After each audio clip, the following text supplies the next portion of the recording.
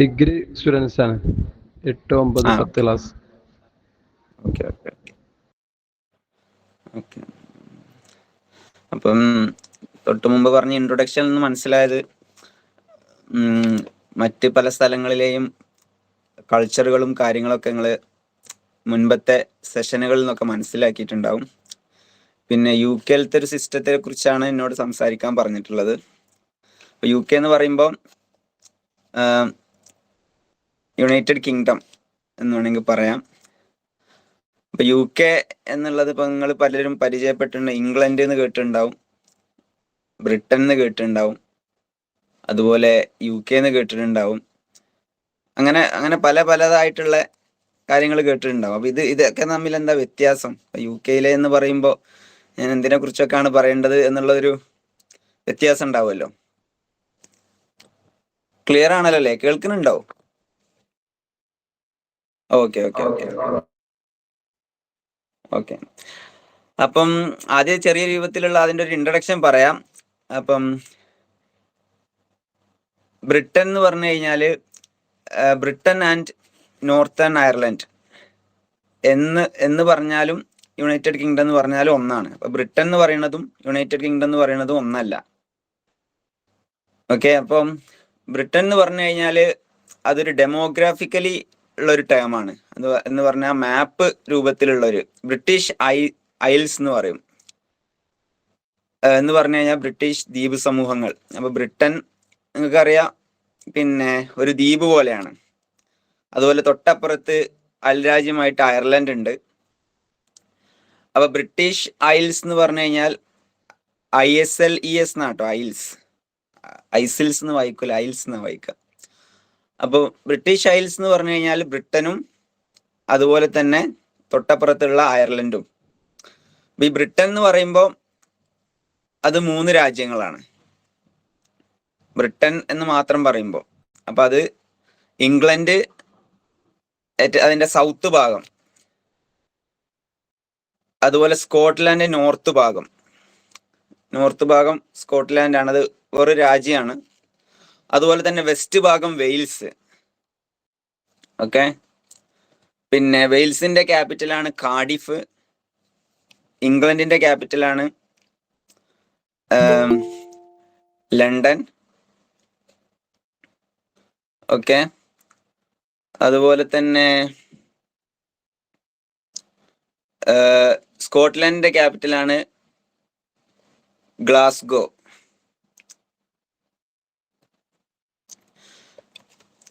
അപ്പൊ ഇതാണ് ബ്രിട്ടൻ.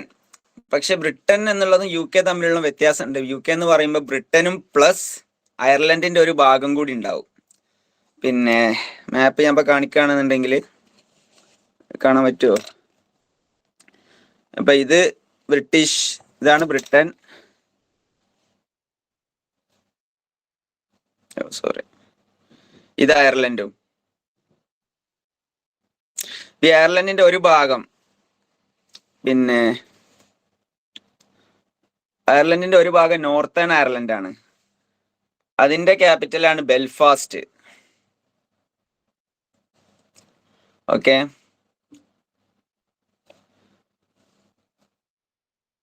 അപ്പൊ അയർലൻഡിന്റെ ഒരു ഭാഗം, നോർത്തേൺ അയർലൻഡ്, യുണൈറ്റഡ് കിങ്ഡത്തിൽ പെട്ടതാണ്. അത് ബ്രിട്ടനിൽ ഉള്ളതല്ല. ഞാൻ പറഞ്ഞല്ലോ, ബ്രിട്ടൻ എന്ന് പറഞ്ഞാൽ ഒരു ഡെമോഗ്രഫിക്കലി ഉള്ള ഒരു ടേമാണ്. അഥവാ ഡെമോഗ്രഫി എന്ന് പറഞ്ഞാൽ മാപ്പ് സംബന്ധമായിട്ടുള്ളതാണ് ഡെമോഗ്രഫി എന്ന് പറഞ്ഞാൽ.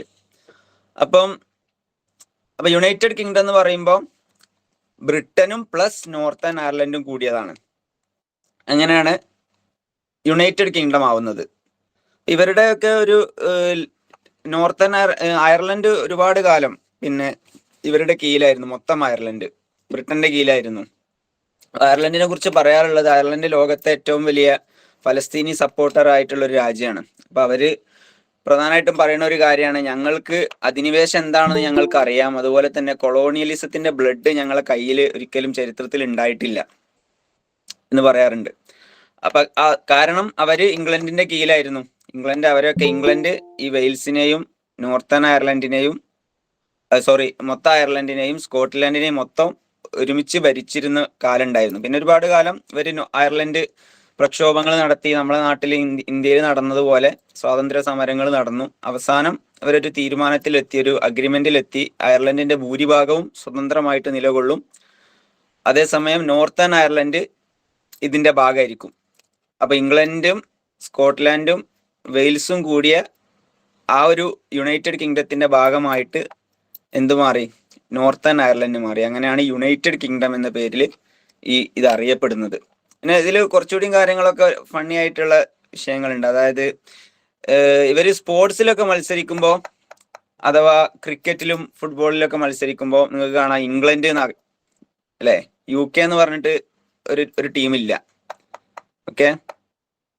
അതേസമയം പിന്നെ അധികത്തിലും അങ്ങനെയാണ്. അപ്പോൾ ഓരോന്നിനും സെപ്പറേറ്റ് ഫുട്ബോൾ ടീം ഉണ്ട്.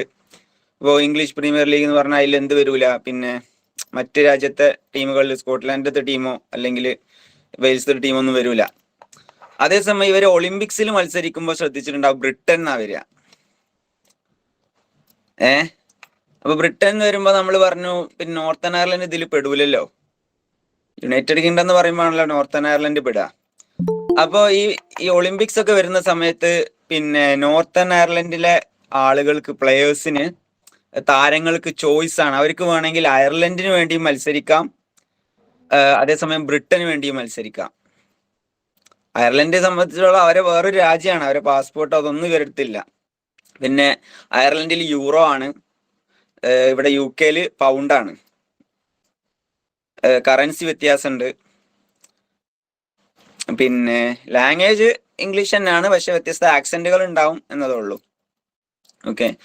അപ്പം അതാണ് മൊത്തത്തിൽ UK എന്ന് പറഞ്ഞു കഴിഞ്ഞാൽ ഇതിന്റെ ഒരു ചെറിയൊരു ചരിത്രം. ഓക്കെ. അപ്പൊ അവര് ഒരുപാട് കാലം സൂര്യൻ അസ്തമിക്കാത്ത ബ്രിട്ടീഷ് സാമ്രാജ്യം നമ്മൾ കേട്ടിട്ടുണ്ട്. കാരണം അവരുടെ സാമ്രാജ്യം എവിടെയാണെങ്കിലും ഏതെങ്കിലും ഒരു ഭാഗത്ത് അവർക്ക് ഉണ്ടാവും, അത് അവിടെ സൂര്യൻ അസ്തമിച്ചിട്ടുണ്ടാവില്ല. അപ്പൊ ഇവരെ സംബന്ധിച്ചിടത്തോളം ലോകം മുഴുവൻ അടക്കി ഭരിച്ച ആളുകളാണ്. പക്ഷെ ഇപ്പോഴും അവരുടെ കുറെ ഭാഗങ്ങളൊക്കെ, കുറെ സ്ഥലങ്ങളിലൊക്കെ അവർക്ക് ബ്രിട്ടീഷ് കമ്പനികളും കാര്യങ്ങളൊക്കെ ഉണ്ട്. ആഫ്രിക്കൻ രാജ്യങ്ങളിലൊക്കെ അവർ ഇപ്പോഴും പിന്നെ ചൂഷണം ചെയ്യുന്നുണ്ട്. അപ്പൊ നമ്മൾ ഇവിടത്തെ ഒരു മുസ്ലിം പിന്നെ കാര്യങ്ങളെ കുറിച്ച് സംസാരിക്കുമ്പോൾ മൗലിദ്, അതുപോലെ തന്നെ ഇഫ്താർ, അങ്ങനത്തെ കാര്യങ്ങളൊക്കെ, പിന്നെ നമ്മൾ സ്പെസിഫിക് ആയിട്ടുള്ള നമ്മളെ വിഷയം മൗലിദ് കാര്യങ്ങളാണ്. അപ്പൊ മൗലിദ് എന്ന് പറയുമ്പോൾ ഓരോ നാട്, ഇപ്പൊ നിങ്ങൾ മുമ്പ് കേട്ടിട്ടുള്ള മിസ്ർ, അതുപോലെ തന്നെ തുർക്കി, ഇങ്ങനത്തതൊക്കെ ഓൾറെഡി മുസ്ലിം രാജ്യങ്ങളാണ്. അപ്പൊ ഇവിടെ ഇപ്പൊ നമ്മൾ UK മൗലിദ്, ഇതിനൊക്കെ മീലാദ് കാര്യങ്ങളെ കുറിച്ചൊക്കെ സംസാരിക്കുകയാണെങ്കിൽ UK മെയിനായിട്ട് കുടിയേറ്റ ആളുകളാണ്. എന്ന് പറഞ്ഞാൽ ഇവിടുത്തെ ഒറിജിനുള്ള ആളുകൾ വളരെ കുറവാ. നമ്മളിപ്പോ ഇവിടുത്തെ മൗലിദുകളെ കുറിച്ച് പഠിക്കുകയാണെങ്കിലൊക്കെ ഇപ്പൊ ഇവിടെ ഒരുപാട് പിന്നെ മുസ്ലിം പോപ്പുലേഷൻ കൂടുതലുള്ള സിറ്റികളുണ്ട്. അപ്പൊ ഇതിൽ ഏറ്റവും കൂടുതൽ മുസ്ലിങ്ങൾ ഉള്ള ഒരു പിന്നെ സിറ്റി എന്ന് പറഞ്ഞു കഴിഞ്ഞാല് ഇവിടെ 52% ഉള്ള ബർമിംഗ്ഹാം എന്ന് പറയും. ബർമിംഗ്ഹാം ഒരു പ്രധാനപ്പെട്ട ഒരു സിറ്റിയാണ്. 52% മുസ്ലിങ്ങൾ ഉള്ള ഒരു സിറ്റിയാണ്. അത് കഴിഞ്ഞുള്ളത് ബ്രാഡ്ഫോർഡ് വെസ്റ്റ് എന്ന് പറയും. അപ്പൊ ഇവിടെ ഏറ്റവും കൂടുതൽ മുസ്ലിങ്ങൾ ഇപ്പോ ജനസംഖ്യയിൽ 5.9, ഏകദേശം 6%-ലധികം മുസ്ലിങ്ങളാണ്. അത് ഏകദേശം നമ്മളൊരു ചാർജ് കുറവാണ്.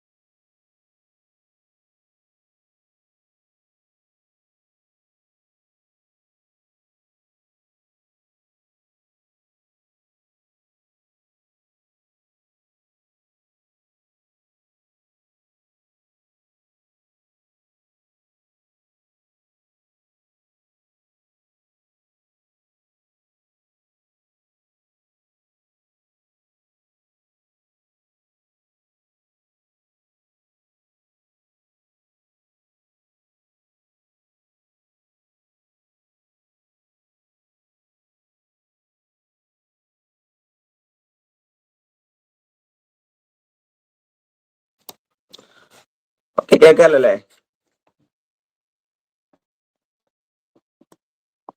ഹലോ, കേൾക്കുന്നുണ്ടോ? ഓക്കെ. അപ്പൊ നമ്മൾ പറഞ്ഞു കഴിഞ്ഞത് പിന്നെ UK-യിലുള്ള പോപ്പുലേഷൻ.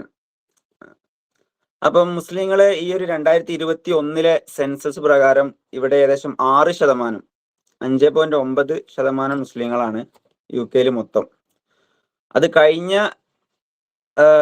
ഒരു സെൻസസ് പ്രകാരം 4% ഉണ്ടായിരുന്നുള്ളൂ. അപ്പൊ 1.9% ജനസംഖ്യ കൂടി.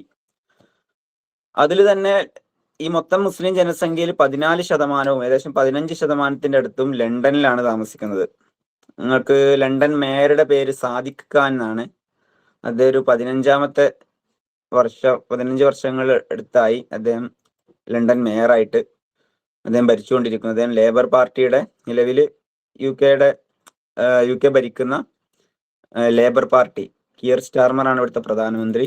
അദ്ദേഹത്തിന്റെ പാർട്ടി തന്നെയായ ലേബർ പാർട്ടിയുടെ മേയറാണ് സാദിഖ് ഖാൻ.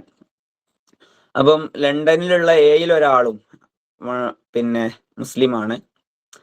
പിന്നെ അത് കഴിഞ്ഞാൽ ലണ്ടന് കഴിഞ്ഞാൽ പിന്നെ ഏറ്റവും കൂടുതൽ മുസ്ലിങ്ങൾ ഉള്ളത് വെസ്റ്റ് മിഡ്ലാൻഡ്സ് എന്ന് പറയും. വെസ്റ്റ് മിഡ്ലാൻഡ്സ് എന്ന് പറഞ്ഞു കഴിഞ്ഞാൽ മിഡ്ലാൻഡ്സ് എന്ന് പറഞ്ഞാൽ ഇവിടുത്തെ മാഞ്ചസ്റ്റർ, ലീഡ്സ്, അതുപോലെ തന്നെ ബ്രാഡ്ഫോർഡ്, പിന്നെ ലിവർപൂള്, അതുപോലെ അങ്ങനെ ആ ഒരു ബർമിംഗ്ഹാം, ഇതൊക്കെ ഉൾപ്പെട്ട ഒരു ഏരിയക്കാണ് ഇവിടെ വെസ്റ്റ് മിഡ്ലാൻഡ്സ് എന്ന് പറയാം.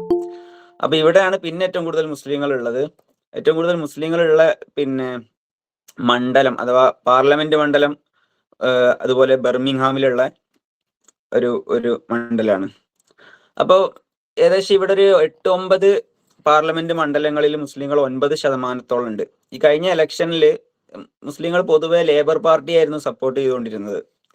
ഒരുപാട് പിന്നെ ലേബർ പാർട്ടി അംഗങ്ങള് അങ്ങനെ മുസ്ലിങ്ങളെ സപ്പോർട്ട് മുഴുവനായിട്ട് ലേബർ പാർട്ടിക്കായിരുന്നു. പക്ഷേ കഴിഞ്ഞൊരു ഈ കിയർ സ്റ്റാർമർ ഇസ്രായേലിന് കൂടുതൽ അനുകൂലമായ സപ്പോർട്ടും കാര്യങ്ങളൊക്കെ ആയിരുന്നു അദ്ദേഹം പ്രതിപക്ഷ സ്ഥാനത്ത് നിൽക്കുമ്പോൾ ഉണ്ടായിരുന്നു. അപ്പൊ അതിൽ പ്രതിഷേധിച്ചിട്ട് എന്ത് സംഭവിച്ചു എന്ന് പറഞ്ഞു കഴിഞ്ഞാൽ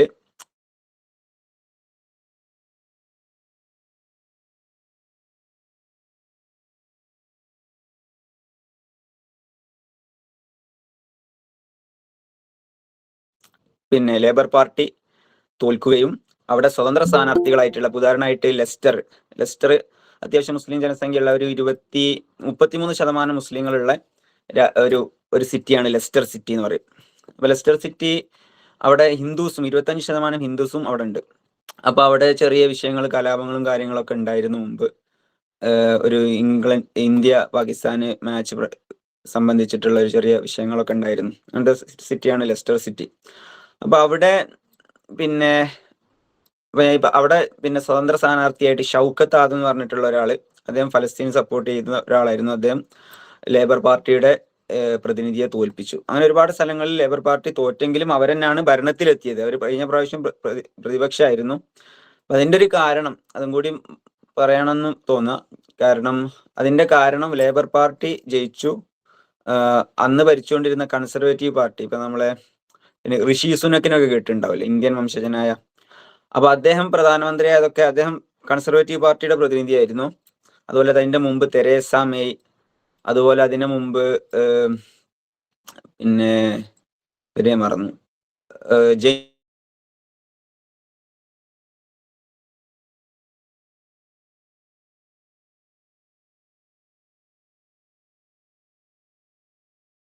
കാമറൂൺ എന്നാണ് അദ്ദേഹത്തിനെ പറ്റി പറയാം.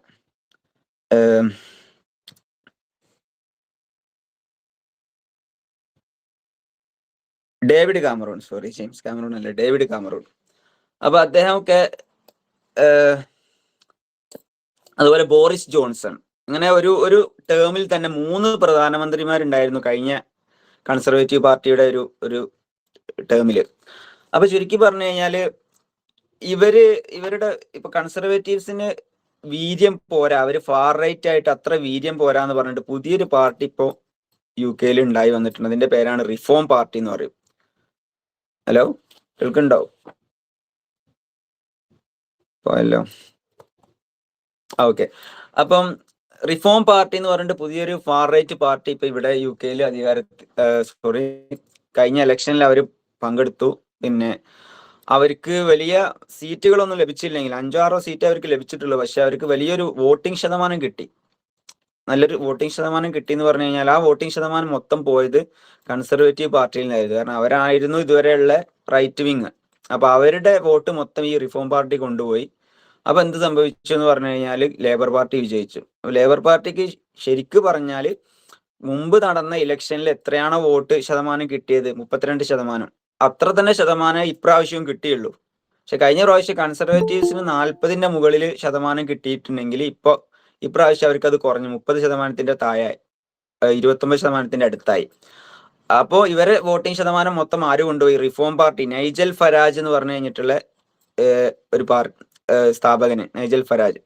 ഇദ്ദേഹം ഭയങ്കര ഇമിഗ്രൻസിനെതിരെ, അഥവാ UK ഇമിഗ്രൻസ് കൂടുതലായി വരുന്നു, നമ്മളെ രാജ്യം നമുക്ക് നഷ്ടപ്പെട്ടു പോവുകയാണ്, ബോട്ട് കയറി ഒരുപാട് റെഫ്യൂജീസ് ഇവിടെ വരുന്നു, അവർക്ക് നമ്മുടെ ടാക്സ് മണി കൂടുതൽ കൊടുക്കുകയാണെന്നൊക്കെ പറഞ്ഞിട്ട് ഇപ്പൊ ഭയങ്കര പ്രക്ഷോഭങ്ങളും കാര്യങ്ങളും ഇവിടെ നടന്നുകൊണ്ടിരിക്കുന്നുണ്ട്. ഇപ്പൊ ഞാൻ നിൽക്കുന്ന സ്ഥലം നോർവിച്ച് എന്നാണ് ഈ സ്ഥലത്തിന്റെ പേര്. അപ്പൊ ഈ നോർവിച്ചില് ഇവിടെ ഒരു ഹോട്ടൽ ഉണ്ട്. ഹോട്ടൽ എന്ന് പറഞ്ഞു കഴിഞ്ഞാല് പിന്നെ താമസിക്കുന്ന സ്ഥലമാണല്ലോ.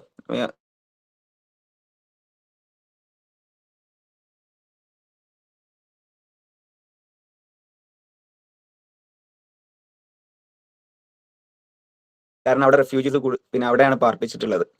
അപ്പൊ അതിന്റെ ചുറ്റുള്ള റോഡുകളിലൊക്കെ മൊത്തം ഈ പോസ്റ്റുകളിലും ഇതിലൊക്കെ പിന്നെ ഇംഗ്ലണ്ടിന്റെയും അതുപോലെ തന്നെ UK ഒക്കെ പതാക കൂടുതലായിട്ട് കെട്ടിയിട്ട് അങ്ങനെ അതിന്റെ ചുറ്റും ഭയങ്കര പ്രക്ഷോഭങ്ങളും കാര്യങ്ങളും നടന്നുകൊണ്ടിരിക്കുകയാണ്. അതുപോലെ ലണ്ടനിൽ 2 ദിവസം മുമ്പ് മിനിയാന്ന് വലിയൊരു യുണൈറ്റ് ദ കിങ്ഡം എന്ന് പറഞ്ഞിട്ട് വലിയൊരു റാലി നടന്നു. 1,10,000 ആളുകൾ അതിൽ പങ്കെടുത്തു. ടോമി റോബിൻസൺ എന്ന് പറഞ്ഞിട്ടുള്ള ഒരു റൈറ്റ് വിങ് നേതാവ്, അദ്ദേഹമായിരുന്നു അതിന്റെ നേതൃത്വം കൊടുത്തിരുന്നത്. അപ്പൊ ചുരുക്കി പറഞ്ഞാൽ ഇങ്ങനെ റൈറ്റ് വിങ് വലുതായി ഇങ്ങനെ വന്നുകൊണ്ടിരിക്കുകയാണ്. അതേസമയം ലേബർ പാർട്ടി ഇവരൊക്കെ ഇസ്രായേൽ സപ്പോർട്ട് ചെയ്യുന്നത് കൊണ്ട് തന്നെ ഇങ്ങനെ ഒരു സ്വതന്ത്ര ഒരുപാട് MP ഉണ്ടാവുകയും ചെയ്തു. അപ്പൊ അതൊക്കെ ഞാൻ മൊത്തത്തിലൊരു ബാക്ക്ഗ്രൗണ്ട് പറഞ്ഞതാണ്. പിന്നെ നമ്മൾ വിഷയത്തിലേക്ക് വരാം. നമ്മളെ മീലാദ് അതുപോലെ തന്നെ മൗലീദ് കാര്യങ്ങളൊക്കെ ഇവിടെ ഇപ്പൊ നടക്കുന്നത്. ഞാൻ നേരത്തെ പറഞ്ഞതുപോലെ മൊത്തം ഒരുപാട് കമ്മ്യൂണിറ്റിയാണ് ഇവിടെ ഉള്ളത്. ഇന്ത്യൻ ഒറിജിനായ ഒരുപാട് പേരുണ്ട്, പാകിസ്ഥാൻ. അപ്പൊ ഇവിടെ ഉള്ള മുസ്ലിം ജനസംഖ്യയിൽ ഭൂരിപക്ഷവും സൗത്ത് ഏഷ്യൻസ് ആണ്. നമ്മൾ ദേശീസ് എന്നൊക്കെ പറയും. ഇവര് ദേശി ഷോപ്പ് എന്നൊക്കെ പറയുന്ന പോലെ നമ്മള്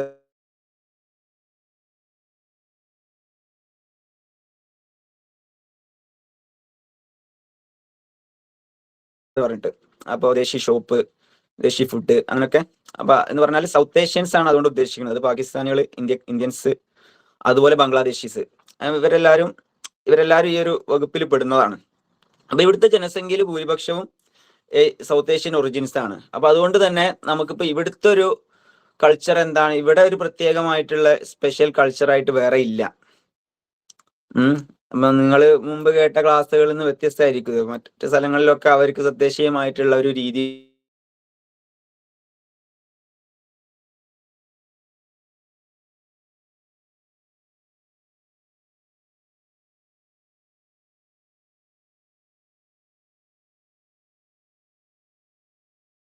നൽകുന്നത് ഭൂരിപക്ഷവും ബംഗ്ലാദേശീസോ അല്ലെങ്കിൽ അങ്ങനെ സൗത്ത് ഏഷ്യൻ ആളുകളാണ്.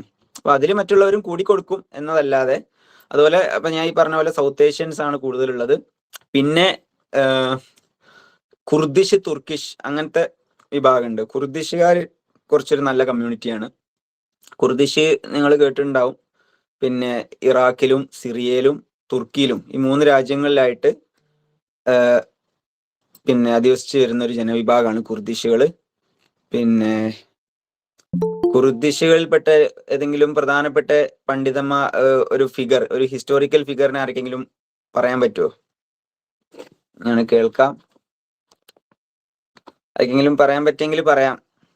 ഒരു പ്രഭാഷണം മാത്രമാവണ്ടല്ലോ. ഇസ്ലാമിക ചരിത്രത്തിൽ തന്നെ ഏറ്റവും പ്രധാനപ്പെട്ട ഒരു ഫിഗറാണ്.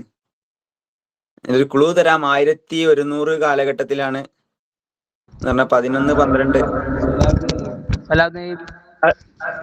സലാഹുദ്ദീൻ അയ്യൂബി.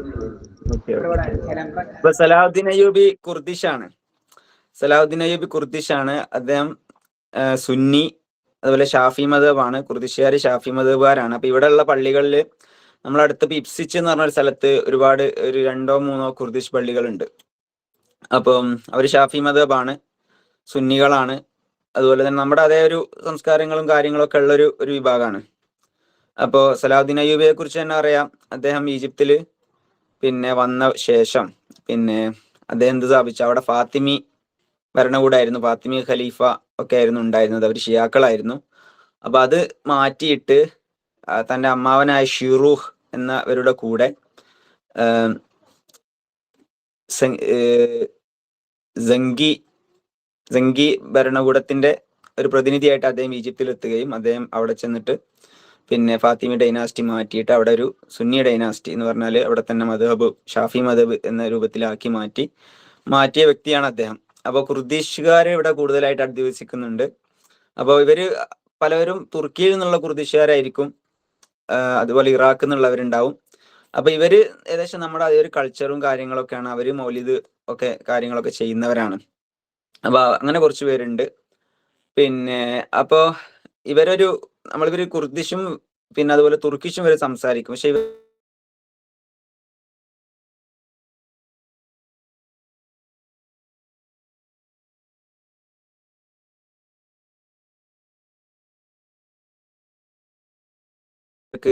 പരിശുദ്ധ ഇസ്ലാം ഒരു കുറെ കാലങ്ങളായിട്ട് അന്യം നിന്നൊരു സമൂഹമാണ് അവര്. ഈ മുസ്തഫ പാഷയുടെ ഈ ഒരു ഭരണകാലത്ത് എന്ത് സംഭവിച്ചിട്ടുണ്ട്, ഒരുപാട് കാലം ദീനിന്റെ ചിഹ്നങ്ങളോ കാര്യങ്ങളോ ഒന്നും പുലർത്താൻ പാടില്ല എന്നുള്ളത് കൊണ്ട് തന്നെ അവരുടെ വലിയ കമ്മ്യൂണിറ്റിക്ക് അത് നമുക്ക് ഗ്യാപ്പായിട്ട് കാണാൻ കഴിയും. അപ്പൊ അവര് നമ്മൾ ഇവിടെ ഇപ്പോൾ ഓരോ ഷോപ്പുകളൊക്കെ പിന്നെ ഇപ്പൊ ഹലാൽ ഭക്ഷണം നമ്മൾ ചോദിച്ചാൽ അവിടെ സോസേജ് ഉണ്ടാവും, പോർക്ക് ഉണ്ടാവും. അപ്പൊ അവര് ആ കാര്യങ്ങൾ അത്ര ഇത് ശ്രദ്ധിക്കുന്നത്. അതേസമയം തിരിച്ചും ഞാനിവിടെ ഒരു സമയത്ത് നമ്മൾ വർക്ക് ചെയ്യുന്ന സ്ഥലത്തിന്റെ അടുത്ത് അങ്ങനെ ഒരു ഫാർമസിയിൽ പോയ സമയത്ത് അവിടെ ഒരു തുർക്കിഷാരനെ കണ്ടിട്ടുണ്ട്. അദ്ദേഹം തെരീക്കത്തിന്റെ ഒക്കെ ഇടപഴകുന്ന ഒരു വ്യക്തിയാണ്. അപ്പൊ അങ്ങനെ തുർക്കി കമ്മ്യൂണിറ്റി എന്ന് ഇവിടെയുള്ള തുർക്കി കമ്മ്യൂണിറ്റി രണ്ടും ഉണ്ട്. ഫാർ എൻഡ് ആയിട്ടുള്ള പിന്നെ ഇംഗ്ലീഷുകാർ ചെയ്യുന്ന പോലെ അതുപോലെ ജീവിക്കുന്നവരുണ്ട്, അതേപോലെ ഇങ്ങനെ സൂഫി ജീവിതം ആ രീതിയിൽ നയിക്കുന്നവരുണ്ട്. അപ്പൊ അതാണ് അവരെ കുറിച്ച് പറയാനുള്ളത്. പിന്നെ നമുക്ക് പറയാനുള്ള അപ്പോൾ ഇവിടെയുള്ള മൊത്തം ഒരുപാട് സിറ്റികളിൽ ഇപ്പോൾ ചുരുക്കി പറഞ്ഞാല് ഞാൻ നേരത്തെ പറഞ്ഞ ലെസ്റ്ററിൽ വലിയ റാലികൾ നടന്നിരുന്നു. നബിദിന റാലി എല്ലാ വർഷവും നടക്കാറുണ്ട്. ഇപ്രാവശ്യവും നടന്നു. അതിന്റെ വീഡിയോകളും കാര്യങ്ങളൊക്കെ യൂട്യൂബിലൊക്കെ കാണാൻ കഴിയും. അതുപോലെ തന്നെ പ്രിസ്റ്റൺ എന്ന് പറഞ്ഞു കഴിഞ്ഞാൽ ലിവർപൂളിന്റെയും മുകൾ ഭാഗത്തുള്ള നോർത്ത് ഭാഗത്തുള്ള ഒരു സിറ്റിയാണ്. അവിടെയും ഒരുപാട് മുസ്ലിങ്ങളുണ്ട്. അപ്പൊ അവിടെയും ഇതുപോലെ റാലികൾ നടന്നിട്ടുണ്ട്. കഴിഞ്ഞ വർഷം നമ്മൾ ഇവിടുത്തെ ഹാദിയെ UK ബഹാവുദ്ദീൻ ഉസ്താദിനെ ഇവിടെ നമ്മൾ UK കൊണ്ടുവന്നിരുന്നു. നിങ്ങൾ അതിന്റെ വീഡിയോകളും കാര്യങ്ങളും പരിപാടികളൊക്കെ കണ്ടിട്ടുണ്ടാവും. അപ്പൊ ഉസ്താദ് വന്ന സമയത്ത് നമ്മളിവിടെ ലെസ്റ്ററിലും അതുപോലെ തന്നെ എന്തെങ്കിലും ക്വസ്റ്റ്യൻ ചോദിക്കാൻ എന്താണോ ഒരാൾ കൈ പൊക്കിയതായിട്ട് കണ്ടു. എന്തെങ്കിലും ചോദിക്കുകയാണെങ്കിൽ ചോദിക്കാം, അല്ലെങ്കിൽ കണ്ടിന്യൂ ചെയ്യാം. ഓക്കെ. അപ്പൊ ഉസ്താദ് വന്ന സമയത്ത് നമ്മൾ ഈ സ്ഥലങ്ങളിലൊക്കെ പ്രിസ്റ്റണിലും അതുപോലെ തന്നെ ലെസ്റ്ററിലും ഒക്കെ പോയിരുന്നു. അവിടുത്തെ ഗുജറാത്തി കമ്മ്യൂണിറ്റി ഉണ്ട്. അവര് ഈ ബറേൽവി അങ്ങനെ സപ്പോർട്ട് ചെയ്യുന്നവരാണ്. അപ്പോൾ അവരുടെ കൂടെ മൗലിദുകളിലും കാര്യങ്ങളും നമ്മൾ പങ്കെടുത്തിരുന്നു. അവരെല്ലാവരും കൂടി വന്നു. അങ്ങനെ ഒരു സയ്യിദ് ആബിദ് തങ്ങൾ എന്ന് പറഞ്ഞ ഒരു നമ്മുടെ ഒക്കെ പ്രവർത്തകനാണ്. അദ്ദേഹത്തിന്റെ വീട്ടിൽ വെച്ചിട്ട് മൗലിദും കാര്യങ്ങളൊക്കെ നടത്തിയിരുന്നു. അപ്പോൾ അവരൊക്കെ അതിൽ പങ്കുകൊണ്ട്. അപ്പോൾ അവിടങ്ങളിലൊക്കെ ഈ മൗലിദ് കാര്യങ്ങളൊക്കെ നടത്തുന്നത് നമ്മളെ സൗത്ത് ഏഷ്യൻ വംശജരായ ആളുകളാണ്. അപ്പോൾ അവരുടെ കൾച്ചർ എന്ന് പറഞ്ഞാൽ നമുക്ക് ഏകദേശമൊക്കെ പരിചയമുള്ള ഒരു കൾച്ചറായിരിക്കും. നമ്മളെ നോർത്ത് ഇന്ത്യയിലൊക്കെ കാണുന്ന രൂപത്തിലുള്ള പിന്നെ മൗലിദും അതുപോലെ തന്നെ ബുർദ അവർ ചെല്ലുന്നതാണ്. അതുപോലെ പിന്നെ അവരുടേതായ നാത്ത് ആലാസ്രത്തിന്റെ ആ ഒരു നാത്ത് ഉണ്ടല്ലോ, അത് കൂടുതൽ ചെല്ലുന്നവരാണ്. അപ്പൊ അങ്ങനെയാണ് അവരുടെയൊക്കെ ഒരു നബിദിന പരിപാടിയും കാര്യങ്ങളും ഉള്ളത്. പിന്നെ നമുക്കൊരു മാറ്റം ഉണ്ടെന്ന് പറയാനുള്ളത്, പിന്നെ നമ്മളിവിടെ ബഹാവുദ്ദീൻ ഉസ്താദ് വന്ന സമയത്ത് നമ്മൾ ആ പരിപാടി നടത്തിയിരുന്നത് പ്രധാനമായിട്ടും നമ്മൾ ഹാദിയ UK പരിപാടി നടത്തിയിരുന്നത് ഇവിടെ ഇഹ്സാൻ മസ്ജിദ് എന്ന് പറഞ്ഞിട്ട് നോർവിച്ചിലുള്ള ഒരു പള്ളിയിലായിരുന്നു. ഇപ്പൊ ഇഹ്സാൻ മസ്ജിദ് എന്ന് പറഞ്ഞാൽ 1975 ഷെയ്ഖ് അബ്ദുൽ ഖാദർ സൂഫി അദ്ദേഹം ഇസ്ലാമിക ദഅവത്തിന്റെ ഒരു പ്രധാനപ്പെട്ട ഒരു ചാപ്റ്റർ എന്ന് വേണമെങ്കിൽ പറയാം. അതേ ഒരു സ്കോട്ട്ലാൻഡിൽ ജനിച്ച വ്യക്തിയാണ്. അങ്ങനെ അദ്ദേഹം ഇസ്ലാം സ്വീകരിച്ചു. അദ്ദേഹം അതിനു മുമ്പൊരു നാടകാകൃത്ത് അതുപോലെ തന്നെ ആക്ടറൊക്കെ ആയിട്ട് വർക്ക് ചെയ്തിരുന്ന വ്യക്തിയായിരുന്നു ഷെയ്ഖ് അബ്ദുൽ ഖാദർ സൂഫി. അദ്ദേഹത്തിന്റെ ഫോട്ടോ ആണ് ഇത്. അപ്പൊ അദ്ദേഹം ആണ് ഈ ഇഹ്സാൻ മസ്ജിദ് സ്ഥാപിക്കുന്നത്. ഇപ്പൊ ഇഹ്സാൻ മസ്ജിദ് എൻ്റെ ഒരു പരിചയത്തിൽ ഇപ്പൊ നമ്മൾ ഒരുപാട് കമ്മ്യൂണിറ്റികൾ ഇവിടെ അറിയാം. ഇംഗ്ലണ്ടിൽ, ലണ്ടനിലുള്ള, സ്കോട്ട്ലാൻഡിലുള്ള, അങ്ങനെ ഒരുപാട് കമ്മ്യൂണിറ്റിക്ക് അറിയാം. പക്ഷെ ഒരു ഇംഗ്ലീഷ് കമ്മ്യൂണിറ്റി നേതൃത്വം നൽകുന്ന ഒരു പള്ളി എൻ്റെ പരിചയത്തിൽ ഇതാണ്. ഇനിയും ഉണ്ട്, വേറെ കാംബ്രിഡ്ജ് കൂടി ഉണ്ട്, അതേ പറയാം. അപ്പോൾ ഇത് ഇഹ്സാൻ മസ്ജിദ് എന്ന് പറഞ്ഞു കഴിഞ്ഞാല് പിന്നെ കണ്ടാൽ നമുക്കൊരു ഒരു ചർച്ച് മോഡലാണ് ഇത് ഉണ്ടാക്കിയത്. ഇതിന്റെ ഒരു ഫോട്ടോ ഇതാണ്. അപ്പൊ ഇഹ്സാൻ മസ്ജിദ് കണ്ടാൽ ഒരു ചർച്ചാണ്. ചർച്ച് മാറിയിട്ട് പിന്നെ പള്ളി ആയതാണെന്ന് തോന്നും, പക്ഷെ അല്ല. ഇത് ഈ രൂപത്തിൽ തന്നെയാണ് ഇതിന്റെ രൂപകൽപ്പന ചെയ്തിട്ടുള്ളത്. അപ്പം ഷെയ്ഖ് അബ്ദുൽ ഖാദർ സൂഫിയാണ് ഇത് സ്ഥാപിച്ചിട്ടുള്ളത്. അവിടെ അദ്ദേഹത്തിന്റെ കീഴിൽ ഷെയ്ഖ് അബ്ദുൽ ഖാദർ സൂഫി എന്ന് പറഞ്ഞാൽ അദ്ദേഹം പിന്നെ സ്കോട്ട്ലാൻഡിൽ ജനിച്ചിട്ട് അങ്ങനെ ഇസ്ലാം സ്വീകരിച്ച് അങ്ങനെ മൊറോക്കോയിലും മറ്റ് ഇസ്ലാമിക രാജ്യങ്ങളിലൊക്കെ ചെന്നിട്ട് പിന്നെ അവിടെ നിന്നൊക്കെ സൂഫികളെ കണ്ടുമുട്ടി അവരിൽ നിന്ന് ശിഷ്യത്വം സ്വീകരിച്ച് ഇദ്ദേഹത്തിന്റെ പ്രധാനപ്പെട്ട ഒരു ഷെയ്ഖ് മുഹമ്മദ് ബിൻ അൽ ഹബീബ് അൽ ഇദ്രീസി എന്ന് പറയും. അദ്ദേഹം മൊറോക്കോക്കാരനാണ്. മൊറോക്കോയിലെ ദർക്കാവി ഷാദുലി തരീക്കത്തിന്റെ പ്രധാനപ്പെട്ട ഷെയ്ഖാണ്. ഇപ്പൊ നമ്മൾ ബാദിൻ ഉസ്താദ് ഷാദുലി തരീക്കത്തിന്റെ ഖലീഫയാണ് എന്നതുപോലെ ഇവിടെ ഈ ഇഹ്സാൻ മസ്ജിദിലുള്ള ആളുകൾ അദ്ദേഹം സുന്നി മുസ്ലിങ്ങളാണ്, നമ്മൾ പറഞ്ഞ സൂഫി മുസ്ലിങ്ങളാണ്. അതുപോലെ അവര് ത്വരീക്കത്ത്, ദർക്കാവി ഷാദുലി ത്വരീക്കത്ത് ഫോളോ ചെയ്യുന്ന ആളുകളാണ്. അപ്പോൾ ഷെയ്ഖ് മുഹമ്മദ് ബിൻ അൽ ഹബീബ് അൽ ഇദ്രീസി എന്നിവരുടെ അടുത്തുനിന്ന് ശിഷ്യത്വം സ്വീകരിച്ച ആളാണ് ഷെയ്ഖ് അബ്ദുൽ ഖാദർ സൂഫി. ഇദ്ദേഹമാണ് ഇവിടെ ഇഹ്സാൻ മസ്ജിദ് സ്ഥാപിക്കുന്നത്. അദ്ദേഹത്തിന്റെ അടുത്ത് ഒരുപാട് ആളുകൾ വന്നിട്ട് ഇവിടെ ഒരു വലിയ ഇംഗ്ലീഷ് കമ്മ്യൂണിറ്റി ഉണ്ട്. നമ്മളെ ഇഹ്സാൻ മസ്ജിദിൽ ഒരുപാട് ഇംഗ്ലീഷുകാർ അങ്ങനെ അദ്ദേഹത്തിൽ നിന്ന് ഇസ്ലാം സ്വീകരിച്ചു. അവരുടെ അടുത്ത തലമുറ ഇപ്പൊ ഉള്ളത്, ആ തലമുറയിൽപ്പെട്ട പലരും ഇങ്ങനെ മൊറോക്കോയിൽ പഠിക്കുകയും ഇപ്പൊ ഇവിടെ ഷെയ്ഖ് ഹബീബ് ബ്യൂലി എന്ന് പറയും, ഇതാണ് ഇവിടുത്തെ ഒരു ഖത്തീബ്. ഹബീബ് ബ്യൂലി നമ്മളെ പരിപാടിക്ക് ബാദിൻ ഉസ്താദ് വന്ന സമയത്ത് ആ പരിപാടിക്കൊക്കെ അദ്ദേഹം ഉണ്ടായിരുന്നു, അതിന് നേതൃത്വം നൽകിയിരുന്നു. നിങ്ങൾ അതിന്റെ വീഡിയോ കണ്ടിട്ടില്ലെങ്കിൽ അദ്ദേഹത്തിന് അതിൽ നമുക്ക് കാണാൻ കഴിയും. അപ്പൊ അദ്ദേഹമൊക്കെ നല്ല രീതിയിൽ പരിപാടിയിൽ പങ്കെടുക്കുകയും ഇതാണ് അദ്ദേഹം ഇവിടെ ഖത്തീബാണ്, ഇഹ്സാൻ മസ്ജിദിലെ ഖത്തീബാണ്. അദ്ദേഹത്തിന്റെ പ്രഭാഷണങ്ങൾ നല്ല ഒരു മുസ്ലിം ബഹുസ്വര രാജ്യത്ത് ജീവിക്കുമ്പോൾ, ഇംഗ്ലണ്ടിൽ ജീവിക്കുമ്പോഴുള്ള നമ്മളെ പെരുമാറ്റങ്ങളൊക്കെ എങ്ങനെ ഉണ്ടാവണം, അദ്ദേഹത്തിന്റെ പ്രഭാഷണങ്ങൾ അങ്ങനെ ഒരുപാട് ഇങ്ങനത്തെ ഒരു ഇംഗ്ലീഷ് രീതിയിലുള്ള കൾച്ചർ പ്രകാരമായിട്ടുള്ള കാര്യങ്ങൾ, പ്രഭാഷണങ്ങൾ നമുക്ക് കേൾക്കാം. അപ്പൊ അവര് ഈ ഒരു ത്വരീക്കത്ത് ഫോളോ ചെയ്യുന്ന ആളുകളാണ്. അതുപോലെ അന്ന് നമ്മൾ ബാദിൻ ഉസ്താദ് വന്ന സമയത്ത് അവര് മൗലിദ്, ഇവര് എല്ലാ വർഷവും മൗലിദ് നടത്താറുണ്ട്. അപ്പൊ ഈ മൗലിദിൽ അവരുടെ ഒരു മൗലിദ് ഉണ്ട്. പിന്നെ മൗലിദിന്റെ പേര് നഹ്നു ഫി റൗളത്തിർ റസൂൽ, നഹ്നു ഫി റൗളത്തിർ റസൂൽ എന്നാണ് ഈ മൗലിദ്. ഈ മൗലിദ് വളരെ പ്രശസ്തമാണ്. ഈ മൊറോക്കോയിലും ഞാൻ നേരത്തെ പറഞ്ഞ ഷെയ്ഖ് അബ്ദുൽ ഖാദർ സൂഫി അദ്ദേഹമാണ് ഇത് ഇവിടേക്ക് കൊണ്ടുവന്നത്. ഈ ഒരു കവിത നഹ്നു, ഇതിന്റെ തുടക്കം എങ്ങനെയാണ്? നഹ്നു ഫി റൗളത്തിർ റസൂലി ഹുദൂറു ത്വാലിബീന റിളാ വഹുസ്ന കബൂലി എന്ന് പറഞ്ഞിട്ടുള്ള ഒരു ബൈത്ത, ഇതാണ് ഇതിന്റെ തുടക്കം. അപ്പൊ അതിന്റെ ഒരു ജവാബ് അല്ലാ അല്ലാ അല്ലാ അല്ലാ യാ മൗലായ അല്ലാ അല്ലാ അല്ലാ അല്ലാ ബിഫദ്ലിക കുല്ലി, അതാണ് ഇതിന്റെ ഒരു ബൈത്ത്. ഇത് നമുക്ക് സെർച്ച് ചെയ്താലൊക്കെ കിട്ടും. നഹ്നു ഫി റൗളത്തിർ റസൂൽ എന്ന് പറഞ്ഞ് സെർച്ച് ചെയ്താൽ ആ ഒരു ബൈത്ത് മൊത്തം കിട്ടും. അത് പിന്നെ ആ ടൈറ്റിൽ പറയുന്ന പോലെ തന്നെ നഹ്നു ഫി റൗളത്തിർ റസൂലി ഹുദൂറു, റസൂലിന്റെ റൗളയിൽ ഞങ്ങൾ ഇവിടെ പ്രസന്റ് ആയി നിൽക്കുകയാണ്. അപ്പൊ അത് അവിടെ നിന്ന് രചിച്ചതാണ്. ഇത് രചിച്ച വ്യക്തി ഞാൻ നേരത്തെ പറഞ്ഞ മുഹമ്മദ് ബിൻ അൽ ഹബീബ് അൽ ഇദ്രീസി അദ്ദേഹമാണ്.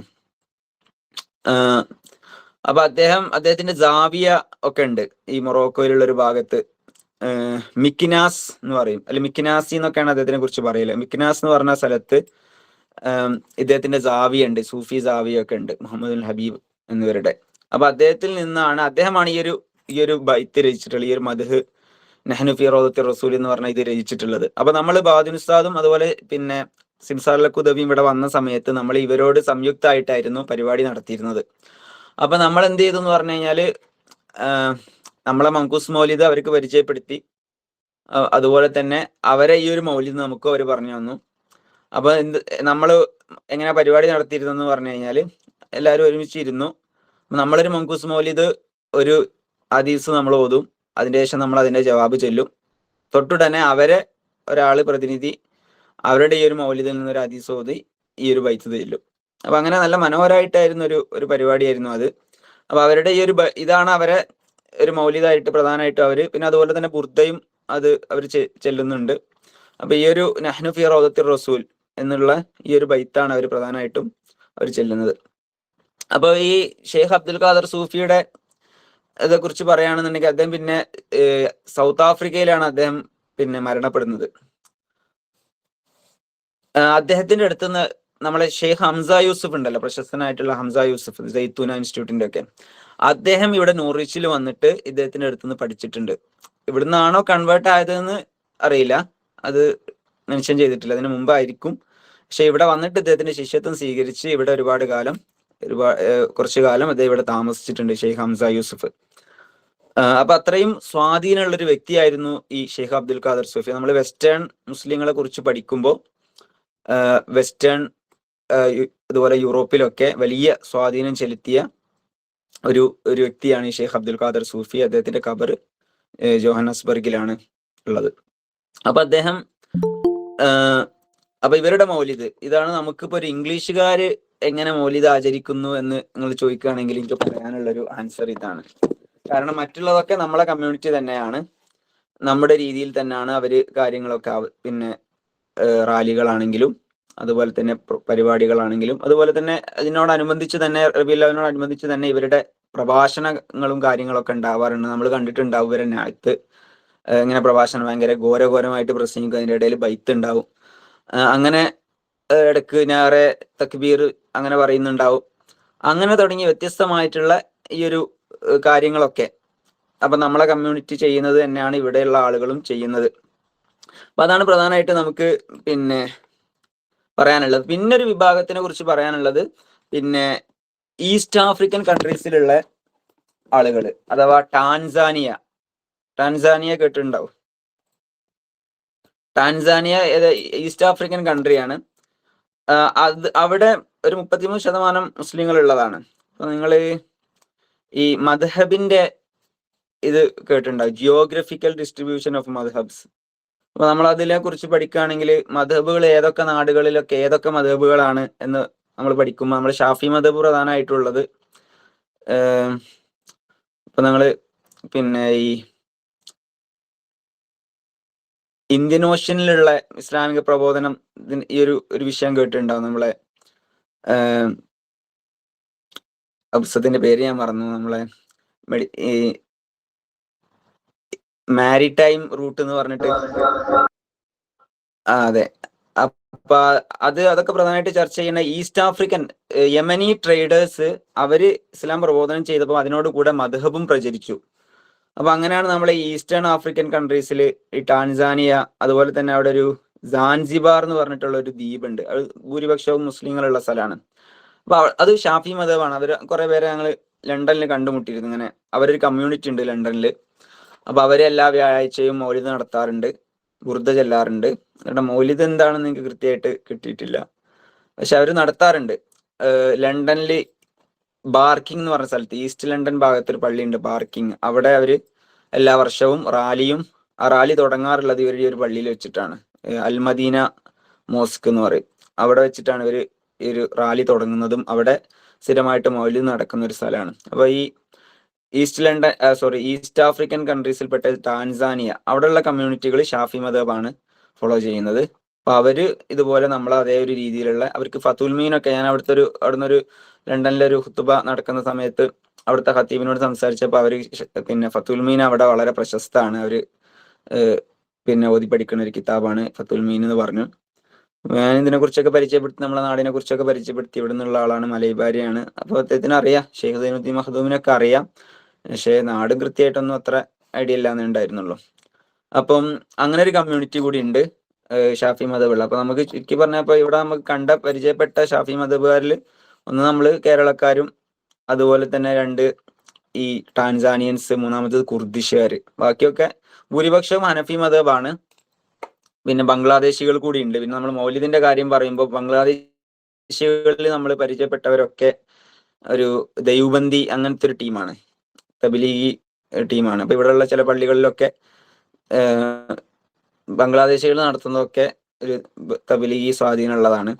അപ്പൊ അവര് മൗലിദ് കാര്യങ്ങളൊന്നും ആചരിക്കാറില്ല. കൂടുതൽ ചെയ്യുന്നത് പാകിസ്ഥാനികളാണ്. ഇപ്പൊ ലണ്ടനിലൊക്കെ ഇത് നടത്തുന്നതൊക്കെ പാകിസ്ഥാനികളാണ് കൂടുതലും മൗലിദും കാര്യങ്ങളൊക്കെ നടത്താറുള്ളത്. അപ്പൊ അതാണ് ഇത് സംബന്ധമായിട്ട്, മൗലിദ് സംബന്ധമായിട്ട് പിന്നെ പരിചയപ്പെടുത്താനുള്ളത്. പിന്നെ അതിന്റെ ഭാഗമായിട്ട് ഇവിടുത്തെ ഒരു മുസ്ലിം വളർച്ച സംബന്ധമായിട്ടുള്ള ചില കാര്യങ്ങൾ കൂടി പിന്നെ സൂചിപ്പിക്കുന്നത് നന്നാവും. ഞാൻ നേരത്തെ പറഞ്ഞതുപോലെ ഇവിടെ ചെറിയ ചെറിയ വിഷയങ്ങളൊക്കെ ഉണ്ട് എന്ന് പറഞ്ഞു. പിന്നെ കമ്മ്യൂണിറ്റികൾക്ക്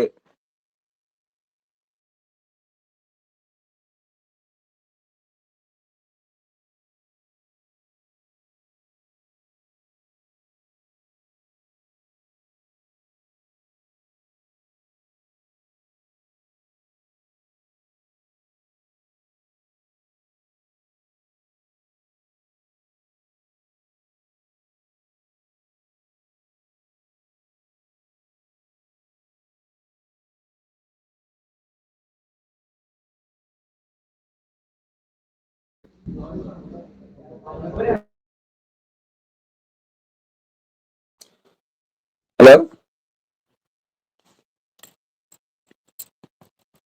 കേൾക്കാമല്ലേ? അപ്പൊ ഞാൻ നേരത്തെ പറഞ്ഞതുപോലെ പിന്നെ ഇവിടുത്തെ ഒരു വളർച്ച പിന്നെ ശതമാനം കണക്കിനൊക്കെ കൂടിക്കൊണ്ടിരിക്കുന്നുണ്ട്. അതുപോലെ തന്നെ ഇവിടെ വലിയൊരു കമ്മ്യൂണിറ്റി, പിന്നെ ഞാൻ നേരത്തെ പറഞ്ഞ പോലെ മുസ്ലിങ്ങൾക്കെതിരെയുള്ള റാലികളും കാര്യങ്ങളൊക്കെ നടക്കുന്നുണ്ടെങ്കിലും അതിന്റെ കൂടെ തന്നെ മുസ്ലിങ്ങളെ വെൽക്കം ചെയ്തിട്ട് എന്ന് പറഞ്ഞാൽ എല്ലാവരും ഇവിടെ വെൽക്കം ആണ്, എല്ലാവർക്കും ഇവിടെ അങ്ങനെ പ്രശ്നങ്ങളോ കാര്യങ്ങളോ ഒന്നും ഇല്ല എന്ന് പറഞ്ഞിട്ട് കൗണ്ടർ റാലികളും ഒരുപാട് സ്ഥലങ്ങളിൽ നടക്കുന്നുണ്ട്. പിന്നെ ലോകത്തിന് ഏറ്റവും കൂടുതൽ ഫലസ്തീൻ അനുകൂലമായിട്ടുള്ള റാലി നടത്തിയ ഒരു പ്രദേശം ഇവിടെ ആയിരിക്കും. കഴിഞ്ഞൊരു റമദാൻ സമയത്ത് കേൾക്കുന്നുണ്ടോ? ഓക്കെ. അപ്പൊ കഴിഞ്ഞൊരു റമദാൻ സമയത്ത് ഇവിടെ നിങ്ങൾ കണ്ടിട്ടുണ്ടാവും, പിന്നെ ഇവിടുത്തെ ഒരു പഴയൊരു കോട്ട എന്ന് പറഞ്ഞാൽ ഇവിടെ ഭയങ്കര ടൂറിസ്റ്റ് പ്ലേസ് ആയിട്ട് അറിയപ്പെടുന്നതാണ്. നമ്മളെ ടവർ ബ്രിഡ്ജിന്റെ അടുത്തുള്ള ഒരു പാലസ് പോലെയുള്ളൊരു, അവിടെ വെച്ചിട്ട് ഇഫ്താർ നടന്നിരുന്നു. ഓപ്പൺ ഇഫ്താർ ടെന്റ് എന്ന പേരിൽ 2-3 വർഷം മുമ്പ് സ്ഥാപിക്കപ്പെട്ട ഒരു കമ്മ്യൂണിറ്റി, അവരാണ് ഇത് നടത്തുന്നത്. അപ്പോൾ അതുപോലെ നിങ്ങൾ കേട്ടിട്ടുണ്ടാവും, ചെൽസിയുടെ സ്റ്റാംഫോർഡ് ബ്രിഡ്ജ് സ്റ്റേഡിയത്തിൽ വെച്ചിട്ട് കഴിഞ്ഞ റമദാനിൽ ഇഫ്താർ നടന്നിരുന്നു. ഒരുപാട് ആളുകൾ പങ്കെടുത്തു. അതിവിടെ പിന്നെ ബാങ്ക് എല്ലാവർക്കും ഭയങ്കര ഹൃദ്യമായ അനുഭവമായി. അപ്പൊ എല്ലാ കമ്മ്യൂണിറ്റിയും വന്നിട്ട് നോമ്പ് തുറക്കുന്ന ഒരു പ്രോഗ്രാമാണ് ഈ റമദാൻ ഇഫ്താർ ടെന്റ് എന്ന് പറഞ്ഞിട്ടുള്ളത്. അപ്പൊ അതിനൊക്കെ വലിയ ഒരു സ്വീകാര്യതയും കാര്യങ്ങളൊക്കെ ഇവിടെ ലഭിച്ചിട്ടുണ്ടായിരുന്നു. അതുപോലെ ഇതിന്റെ കൂടെ പരാമർശിക്കേണ്ട ഒരു പള്ളിയാണ് കാംബ്രിഡ്ജ് സെൻട്രൽ മോസ്ക്. അത് നമ്മുടെ കാംബ്രിഡ്ജിൽ തന്നെ ഷെയ്ഖ് അബ്ദുൽ ഹക്കീം മുറാദ് സ്ഥാപിച്ചിട്ടുള്ള ഒരു പള്ളിയാണ്. യൂറോപ്പിലെ ആദ്യത്തെ നാച്ചർ ഫ്രണ്ട്ലി പള്ളി എന്ന് അതിനെക്കുറിച്ച് പറയാറുള്ളത്. അപ്പൊ അതിൻ്റെ പിന്നെ ഉള്ളിലൊക്കെ ആയിട്ട് പിന്നെ ചെടികളും കാര്യങ്ങളൊക്കെ വെച്ച് പിടിപ്പിച്ച് ആ ഒരു രീതിയിലാണ് അത് നല്ല ഡിസൈൻ ചെയ്തിട്ടാണ്. എന്ന് പറഞ്ഞാൽ പ്രൊഫസർ കെയ്ത്ത് ക്രിച്ച്ലർ, അതുപോലെ എമ്മ ക്ലാർക്ക് തുടങ്ങിയ ഈ Islamic geometry, Islamic garden design എന്നതിലൊക്കെ ഭയങ്കര പ്രാവീണ്യമുള്ള ആളുകൾ ഒരുമിച്ചുകൂടി ഷെയ്ഖ് അബ്ദുൽ ഹക്കീം മുറാദിന്റെ കീഴിലായിട്ട് അങ്ങനെ നല്ല ഡിസൈൻ ചെയ്തൊരു പള്ളിയാണ്. അപ്പൊ നമ്മളിവിടുത്തെ പള്ളികളൊക്കെ നോക്കുകയാണെങ്കിൽ പള്ളികൾ അധികവും 2-3 വീടുകളും അല്ലെ മറ്റ് ബിൽഡിങ്ങുകളൊക്കെ ഒരു പള്ളിയായിട്ട് മാറ്റിയിട്ട് ചെയ്യുന്നതാണ്. ഇപ്പം നമ്മളെ അടുത്ത് തന്നെ ഒരു ചർച്ച് ഉണ്ട്, അത് പിന്നെ പള്ളിയായിട്ട് മാറ്റിയതായിട്ടുണ്ട്. അപ്പം അങ്ങനെ അപ്പൊ കിബില കുറച്ച് ചെരിഞ്ഞിട്ടൊക്കെ ആയിരിക്കും ഉണ്ടാവുക. എന്ന് പറഞ്ഞാൽ പിന്നെ അതിന്റെ സഫുകളൊക്കെ ആ രീതിയിലായിരിക്കും ഉണ്ടാവുക. അതേസമയം ഈ ഒരു പള്ളി കാംബ്രിഡ്ജ് സെൻട്രൽ മോസ്ക് എന്ന് പറഞ്ഞിട്ടുള്ള ഈ ഒരു പള്ളിയായിട്ട് തന്നെ ഡിസൈൻ ചെയ്ത് വളരെ മനോഹരമായിട്ടുള്ള പള്ളിയാണ്. ബാദുനിസ വന്ന സമയത്ത് നമ്മൾ അവിടെ പോയിരുന്നു, അവരുടെ കാര്യങ്ങളൊക്കെ സംസാരിച്ചിരുന്നു. അതുപോലെ തന്നെ നമ്മൾ കാംബ്രിഡ്ജ് സെൻട്രൽ മോസ്കിന്റെ അടുത്തായിട്ട് തന്നെ ഉള്ളതാണ് ഈ ഷെയ്ഖ് അബ്ദുൽ ഹക്കീം മുറാദ് സ്ഥാപിച്ച ഒരു കോളേജാണ് കാംബ്രിഡ്ജ് മുസ്ലിം കോളേജ്. 2009 സ്ഥാപിച്ചതാണിത്. അപ്പോൾ നമ്മൾ അവിടെ പോയി അങ്ങനെ അവിടുത്തെ കാര്യങ്ങളൊക്കെ കുറിച്ച് സംസാരിച്ചിരുന്നു. ഉസ്താദിന് അവിടെ അപ്പോയിന്റ്മെന്റ് ഉണ്ടായിരുന്നു. അപ്പൊ അവർക്ക് ഇങ്ങനെ അവര് കുറച്ച് സ്റ്റുഡൻസ് ഒക്കെ പുറത്തു പോയിട്ട് അറബി പഠിക്കാനൊക്കെ പോകുന്നുണ്ട്. അപ്പൊ നമ്മൾ അതിനെ കുറിച്ചൊക്കെ സംസാരിച്ചിരുന്നു. അക്കാഡമിക് ഓഫീസൊക്കെ ആയിട്ട് അവരെ ബന്ധപ്പെടുത്തിയൊക്കെ കൊടുത്തിരുന്നു. പിന്നെ അതിന്റെ ബാക്കി ഡീറ്റെയിൽ ഒന്നും കൃത്യമായിട്ട് ഇപ്പൊ എന്താ അറിയില്ല. ഏതായാലും അവർക്ക് അങ്ങനെ ഒരു സ്ഥാപനത്തില് 2-3 കോഴ്സുകൾ അവർ കൊടുക്കുന്നുണ്ട്. പക്ഷേ ഞാൻ അതിന്റെ ഡീറ്റെയിൽ ആയിട്ട് ഒന്നുകൂടി നോക്കി. അത് നമുക്ക് നമ്മളെ സ്റ്റുഡൻസിനൊക്കെ അതിന് ചാൻസ് ഉണ്ടാവും. പക്ഷെ അതിൽ കാണുന്നത് ഇവിടെ ബ്രോട്ടപ്പ് ആയിട്ടുള്ള ഇവിടുത്തെ സിറ്റിസൻസിനാണ് അത് കൂടുതൽ അവർ പ്രാമുഖ്യം കൊടുക്കുന്നത്. അതേസമയം ഇവിടെ ഒരുപാട് സ്ഥാപനങ്ങളുണ്ട് നമ്മളെ കോഴ്സുകൾക്ക് യോജിച്ചിട്ടുള്ള ഒരുപാട് കോഴ്സുകൾ കൊടുക്കുന്ന സ്ഥാപനങ്ങളുണ്ട്. ഇപ്പോൾ ഒരുപാട് യൂണിവേഴ്സിറ്റികളിൽ ഇംഗ്ലീഷ് അറബിക് ട്രാൻസ്ലേഷൻ കോഴ്സ് ഉണ്ട്, എം എ കോഴ്സുകളായിട്ടുണ്ട്. അത് സോയാസ് എന്ന് പറഞ്ഞിട്ട് ലണ്ടനിലുള്ള ഒരു യൂണിവേഴ്സിറ്റി ഉണ്ട്. ലണ്ടൻ പ്രധാനപ്പെട്ട ഒരു യൂണിവേഴ്സിറ്റിയാണ്. ഷെയ്ഖ് അബ്ദുൽ ഹലീം എന്ന് പറഞ്ഞ ഒരു പണ്ഡിതനുണ്ട്. അദ്ദേഹം ഖുർആൻ ഇംഗ്ലീഷ് ട്രാൻസ്ലേഷൻ നടത്തിയ വ്യക്തിയാണ്. അദ്ദേഹം നമ്മളെ വാദിനിസ വന്ന സമയത്ത് അവിടെ അപ്പോയിന്റ്മെന്റ് ഉണ്ടായിരുന്നു. അദ്ദേഹത്തിനെ കണ്ടുമുട്ടിയിരുന്നു. അദ്ദേഹത്തിന്റെ ഒരു ഇംഗ്ലീഷ് ട്രാൻസ്ലേഷൻ ഉസ്താദിന് സമ്മാനമായിട്ട് കൊടുക്കുകയും ചെയ്തു. അപ്പൊ അവിടെ ഒരു MA ഇസ്ലാമിക് സ്റ്റഡീസ് എന്ന് പറഞ്ഞ ഒരു കോഴ്സ് ഉണ്ട്. നമ്മളെ വിദ്യാർത്ഥികൾക്ക് ചെയ്യാൻ പറ്റിയൊരു കോഴ്സാണ്. പിന്നെ ചേലേമ്പ്രയിൽ തന്നെയുള്ള ഒരു വിദ്യാർത്ഥി, നമ്മളൊരു ഉദവിയായിട്ടുള്ളൊരു വിദ്യാർത്ഥി, അവന് അഡ്മിഷൻ അവിടെ കിട്ടിയിരുന്നു. അതിന്റെ പിന്നെ ഞാൻ പിന്നെ അതിനുശേഷം ബന്ധപ്പെട്ടിട്ടില്ല. അഡ്മിഷൻ കിട്ടിയെന്ന് പറഞ്ഞിട്ട് എന്നോട് ബന്ധപ്പെട്ടിരുന്നു. പിന്നെ അതിന് എപ്പോഴാണ് വരുന്നത് എന്നുള്ളതൊന്നും ഡീറ്റെയിൽ എനിക്ക് അറിയില്ല. പക്ഷെ അവിടെ അഡ്മിഷൻ നമുക്ക് നമ്മളൊരു സ്ട്രീമിൽ പഠിച്ച ഒരാളെ സംബന്ധിച്ചിടത്തോളം യോജിച്ച നല്ലൊരു യൂണിവേഴ്സിറ്റിയാണ് സോയാസ്. ലണ്ടനിലുള്ള യൂണിവേഴ്സിറ്റിയാണ്.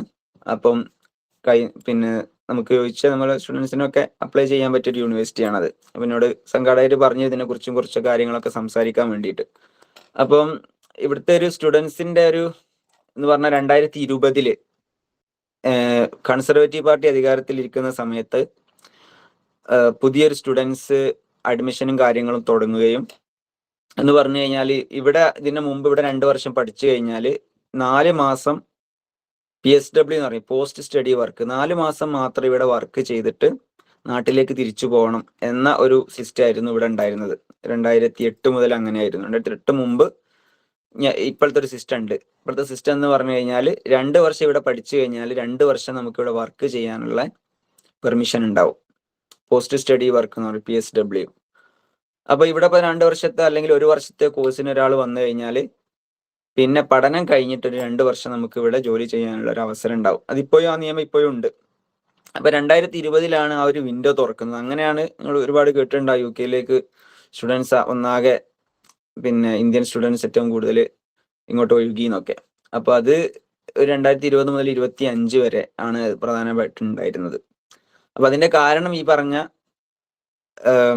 1 വർഷം കഴിഞ്ഞാൽ പഠനം കഴിഞ്ഞാൽ അതിനുശേഷം ഇങ്ങനെ ഒരു പോസ്റ്റ് സ്റ്റഡി വർക്ക് ഉണ്ട് എന്നൊരു അഡ്വാൻറ്റേജ് ഉള്ളത് കൊണ്ടായിരുന്നു. അതിപ്പോഴും ഉണ്ട്. ഇപ്പോഴും പിന്നെ നമ്മുടെ നാട്ടിൽ ഡിഗ്രി ഉണ്ടെങ്കിൽ ഡിഗ്രിയും അതേസമയം നമ്മളൊരു ഇസ്ലാമിക ഇതുകൂടി ഉണ്ടെങ്കിൽ നമുക്ക് ഒന്നുകൂടി സൗകര്യമാണ്.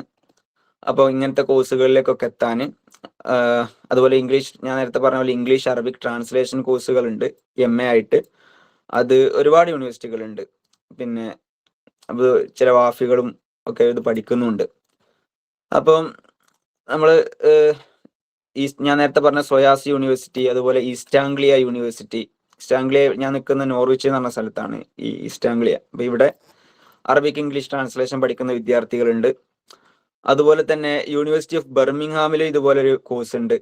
നിങ്ങൾ കോഴ്സൊക്കെ താല്പര്യമുള്ളവരൊക്കെ കാണുന്നുണ്ടെങ്കിൽ ഇതുപോലെയുള്ള യൂണിവേഴ്സിറ്റികളിൽ നിങ്ങൾക്ക് പറ്റുന്ന കോഴ്സുകൾ അപ്ലൈ ചെയ്യാൻ പറ്റും. പിന്നെ ഞാൻ പറയുന്നൊരു ഇതിന്റെ മുമ്പ് ഒരുപാട് വിദ്യാർത്ഥികൾ എന്ന് പറഞ്ഞാൽ ഇങ്ങോട്ട് മൂവ് ചെയ്തിട്ട് ഒരു കോഴ്സ് എടുത്ത് പിന്നെ ഇവിടെ സെറ്റിൽ ആവുക എന്നുള്ള ഒരു സിസ്റ്റം ആയിരുന്നു ഉണ്ടായിരുന്നത്. അപ്പൊ അതിന് സഹായകമാവുന്ന രീതിയിൽ വിസ കാര്യങ്ങളൊക്കെ എളുപ്പം കിട്ടാവുന്ന ഒരു രൂപം ഉണ്ടായിരുന്നു.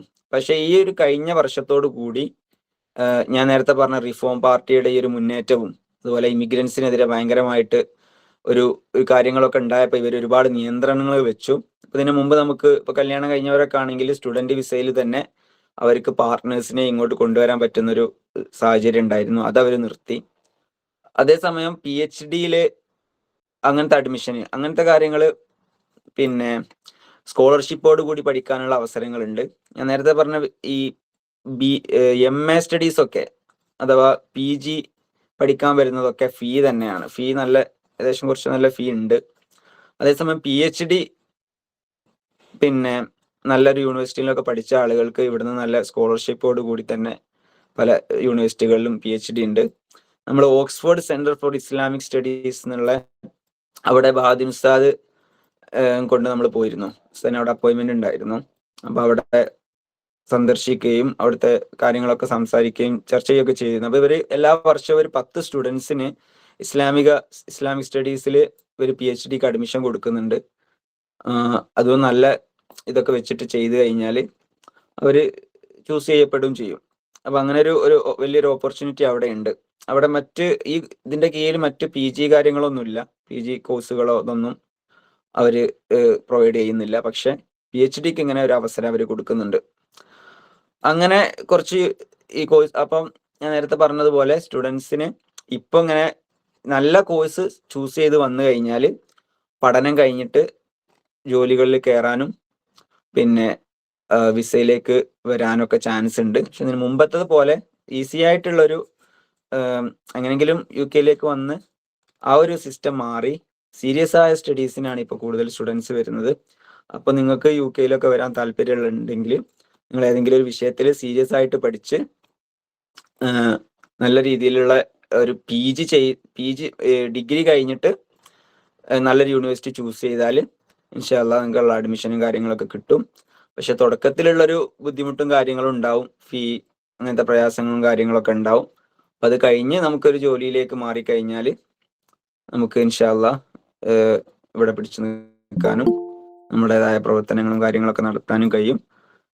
ഇവിടെ പിന്നെ മലയാളികളൊരു വിഷയം പറഞ്ഞു കഴിഞ്ഞാൽ മലയാളി ഒരുപാട് കമ്മ്യൂണിറ്റികൾ ഉണ്ട്. അപ്പൊ നമ്മളിവിടെ നോർവിച്ചിലൊരു മുസ്ലിം കമ്മ്യൂണിറ്റി ഉണ്ട്. നമ്മളിവിടെ മജ്ലിസുന്നൂറും അതുപോലെ നബിദിന പരിപാടികളും കാര്യങ്ങളൊക്കെ നടത്താറുണ്ട്. അതുപോലെ തന്നെ ലണ്ടനില് കുറച്ച് കമ്മ്യൂണിറ്റികൾ KMCC കമ്മ്യൂണിറ്റി ഉണ്ട്. ലണ്ടൻ കൾച്ചറൽ സെന്റർ, സമസ്ത ലണ്ടൻ കൾച്ചറൽ സെന്റർ എന്നുള്ളൊരു കമ്മ്യൂണിറ്റി ഉണ്ട്. നബിദിന പരിപാടികളും കാര്യങ്ങളൊക്കെ അവർ നടത്താറുണ്ട്. അതുപോലെ നമ്മളെ ഷാദുലി തരീക്കത്തിന്റെ സ്വലാത്ത് അത് ഇവിടെ ഒരു 4 സ്ഥലങ്ങളിലായിട്ട് മലയാളി കമ്മ്യൂണിറ്റി നടത്തുന്നുണ്ട്. അപ്പൊ ഇതൊക്കെയാണ് മൊത്തത്തിലൊരു മുസ്ലിം ഇവിടുത്തെ ഒരു മുസ്ലിം കമ്മ്യൂണിറ്റി ചെയ്തുകൊണ്ടിരിക്കുന്ന പ്രവർത്തനങ്ങളും കാര്യങ്ങളൊക്കെ ഉള്ളത്. പിന്നെ ഞാൻ നേരത്തെ പറഞ്ഞ ഒരാളെ പരാമർശിക്കാൻ ഞാൻ വിട്ടുപോയി. മുഹമ്മദ് മാർമഡ്യൂക്ക് വില്യം പിക്താൾ. അദ്ദേഹം നമ്മൾ അറിയണ്ട. ഇപ്പൊ ഞാൻ ഇത്രയും വിഷയത്തിനെ കുറിച്ചൊക്കെ ഇവിടെ സംസാരിക്കുമ്പോൾ നമ്മൾ ഏറ്റവും പ്രധാനമായിട്ട് പരാമർശിക്കപ്പെടേണ്ട ഷെയ്ഖ് അബ്ദുൽ ഖാദർ സൂഫിയെ പോലെ തന്നെ പരാമർശിക്കപ്പെടേണ്ട ഒരു പണ്ഡിതനാണ് മുഹമ്മദ് മാർമഡ്യൂക്ക് വില്യം പിക്താൾ. അദ്ദേഹം ഇംഗ്ലീഷ് ട്രാൻസ്ലേഷൻ എഴുതിയിട്ടുള്ള ഖുറാന്റെ ഇംഗ്ലീഷ് ട്രാൻസ്ലേഷൻ ചെയ്തിട്ടുള്ള വ്യക്തിയാണ്. അദ്ദേഹം വളരെ പ്രശസ്തനായിട്ടുള്ള എന്ന് പറഞ്ഞാൽ ഇംഗ്ലീഷിലേക്ക് ഖുറാൻ ട്രാൻസ്ലേറ്റ് ചെയ്യപ്പെട്ട ഇതിന്റെ ഒരുപാട് പേര് ചെയ്തിട്ടുണ്ട്. പക്ഷെ ഓറിയന്റലിസ്റ്റുകളാണ് തുടക്കത്തിലൊക്കെ അത് ചെയ്തിരുന്നത്. ഓറിയന്റലിസ്റ്റുകൾ ചെയ്യുന്ന സമയത്ത് എന്താ സംഭവിക്കുക എന്ന് പറഞ്ഞു കഴിഞ്ഞാൽ അവരുടെ ഒരുപാട് പ്രെജുഡൈസ് ഉണ്ടാവും. എന്ന് പറഞ്ഞാൽ ഇസ്ലാം ഒരു മോശം മതമാണ്, ഇസ്ലാം പിന്നെ നമ്മളെ ക്രിസ്ത്യാനിറ്റിയേക്കാൾ താഴ്ന്ന മതമാണ് എന്നൊക്കെ രീതിയിലുള്ള ഒരുപാട് പ്രെജുഡൈസ് ഉണ്ടാവും അവരുടെ ട്രാൻസ്ലേഷനിൽ. പക്ഷെ ഇദ്ദേഹമാണ് ആദ്യമായിട്ട് ഒരു ഇംഗ്ലീഷ് വംശജനായിട്ടുള്ള വ്യക്തി. അദ്ദേഹം ഇസ്ലാമിലേക്ക് കൺവേർട്ട് ചെയ്തിട്ട് മഹ്മൂദ് പിക്താൾ എന്ന പേര് സ്വീകരിച്ചിട്ട് അദ്ദേഹം ഇങ്ങനെ ഒരുപാട് ഗ്രന്ഥങ്ങൾ രചിച്ചിട്ടുണ്ട്. ഞാൻ ഇത് വിഷയത്തിൽ തൊട്ട് മുമ്പ് പറയേണ്ടതായിരുന്നു, പിന്നെ ഞാൻ പറയാൻ വിട്ടുപോയതാണ്. പക്ഷെ എന്തായാലും അത് പരാമർശിക്കേണ്ട ഒരു വ്യക്തിയാണ് അദ്ദേഹം. ഇതിന്റെ കവർ ഒക്കെ ലണ്ടനിലാണുള്ളത്. അപ്പം പ്രധാനപ്പെട്ട ഒരു ഇംഗ്ലീഷ് സ്കോളർ എന്ന് പറയാൻ പറ്റിയൊരു വ്യക്തിയാണ് അദ്ദേഹം. അപ്പം ഇതാണിപ്പോ ഇത്രയും കാര്യങ്ങളാണ് പ്രധാനമായിട്ടും പിന്നെ പറയാനുള്ളത്. പിന്നെ ഒരു കാര്യം കൂടി പരാമർശിക്കാനുള്ളത്, പിന്നെ നിങ്ങള് ഖാദിയാനികളെ കുറിച്ച് കേട്ടിട്ടുണ്ടാവല്ലോ അല്ലെ? ഖാദിയാനികള് ഒരുപാട് സെന്ററുകൾ നമ്മുടെ നാട്ടിലുണ്ട്. മിർസ അഹമ്മദ് ഖാദിയാനി. അപ്പൊ അവരുടെ ഹുത്തുബ, അവർക്കൊരു സംഭവം ഉണ്ട്. വെള്ളിയാഴ്ച അവരുടെ പള്ളികളിലൊക്കെ ഒരു ഹുത്തുബ അവര് ലൈവായിട്ട് സംപ്രേഷണം ചെയ്യും. ആ ഹുത്തുബ നടക്കുന്ന സ്ഥലം ഇവിടെ ലണ്ടനിലാണ്. ലണ്ടനിലെ ഫസൽ മസ്ജിദ് എന്ന് പറഞ്ഞ അവിടെ വെച്ചിട്ടാണ് ഇവരുടെ ഇപ്പോഴത്തെ ഖലീഫ, അദ്ദേഹത്തിന്റെ പേര് മിർസ മസ്റൂർ അഹമ്മദ്, അദ്ദേഹമാണ് അവരുടെ ഇന്നത്തെ ഖലീഫ. അദ്ദേഹത്തിന്റെ ഹുത്തുബ നടക്കുന്നതാണ് ലണ്ടനിലുള്ള ഒരു ഫസൽ മസ്ജിദ്. അവിടെ വെച്ചിട്ടാണ് അദ്ദേഹം ഈ ഹുത്തുബ നടത്തുക. അപ്പൊ ഈ ഹുത്തുബ നടത്തുന്ന സമയത്ത് ഇത് ലൈവായിട്ട് ഇവരുടെ പള്ളികളിലൊക്കെ, ഇപ്പൊ നമ്മളെ കോഴിക്കോടും അങ്ങനെ 1-2 പള്ളികളുണ്ട് അവർക്ക്. നമ്മൾ മുമ്പ് പഠിക്കുന്ന സമയത്ത് ഇവരുടെ ഒരു പള്ളിയിൽ പോയിരുന്നു. അപ്പൊ അവര് സിസ്റ്റം കാര്യങ്ങൾ പോയിരുന്നു പറഞ്ഞാല് നമ്മളതിനല്ല, നമ്മൾ അവരായിട്ടുള്ള ഒരു ഡയലോഗ് IIC എന്ന് പറയല്ലോ, നമ്മളെ ദാറുൽ ഒരു വിങ്. അപ്പം അവിടെ പോയ സമയത്ത് അവർക്ക് ഈ ഒരു വിങ് പിന്നെ ഖുതുബ എന്ന് പറഞ്ഞാൽ ഇവിടുത്തെ ഖുതുബ ഇപ്പൊ നടക്കുന്ന സമയത്ത് നാട്ടിൽ ഇപ്പൊ 4:30-5:30 ഒക്കെ ആയിണ്ടാവും. അപ്പൊ ആ സമയത്ത് അവര് എന്ത് ചെയ്യും, ഈ ഖുതുബ ലൈവായിട്ട് കേൾക്കും. അപ്പൊ ആ ഖുതുബ ചെയ്യുന്ന സ്ഥലം ഈ ഒരു പിന്നെ ലണ്ടനിലാണുള്ളത്. അവർ ചെറിയൊരു കമ്മ്യൂണിറ്റി ഉണ്ട്, 1%. ഇവിടുത്തെ മൊത്തം മുസ്ലിങ്ങൾ എന്ന് അവരെ പറ്റി പറയാൻ പറ്റൂലല്ലോ. പക്ഷെ പിന്നെ മൊത്തം ഇതിലെടുത്ത് നോക്കുകയാണെങ്കിൽ 1% അടുത്തേ അവരുടെ എണ്ണം ഉള്ളൂ. പക്ഷെ അവര് ഭയങ്കര പ്രവർത്തനങ്ങളും കാര്യങ്ങളൊക്കെ ഉണ്ട്. വലിയ വളർച്ചയും ഇല്ല. അവരുടെ ആ കമ്മ്യൂണിറ്റി തന്നെ, ആ ഫാമിലി വളരുക എന്നതല്ലാതെ മറ്റൊരു രീതിയിലുള്ള ഒരു വളർച്ചയോ കാര്യങ്ങളോ അവർക്കില്ല. അപ്പൊ ഇതാണ് മൊത്തത്തില് പിന്നെ ഈ വിഷയത്തിനെ കുറിച്ച് സംസാരിക്കാനുള്ളത്. എന്തെങ്കിലും ചോദിക്കാനുണ്ടെങ്കിൽ.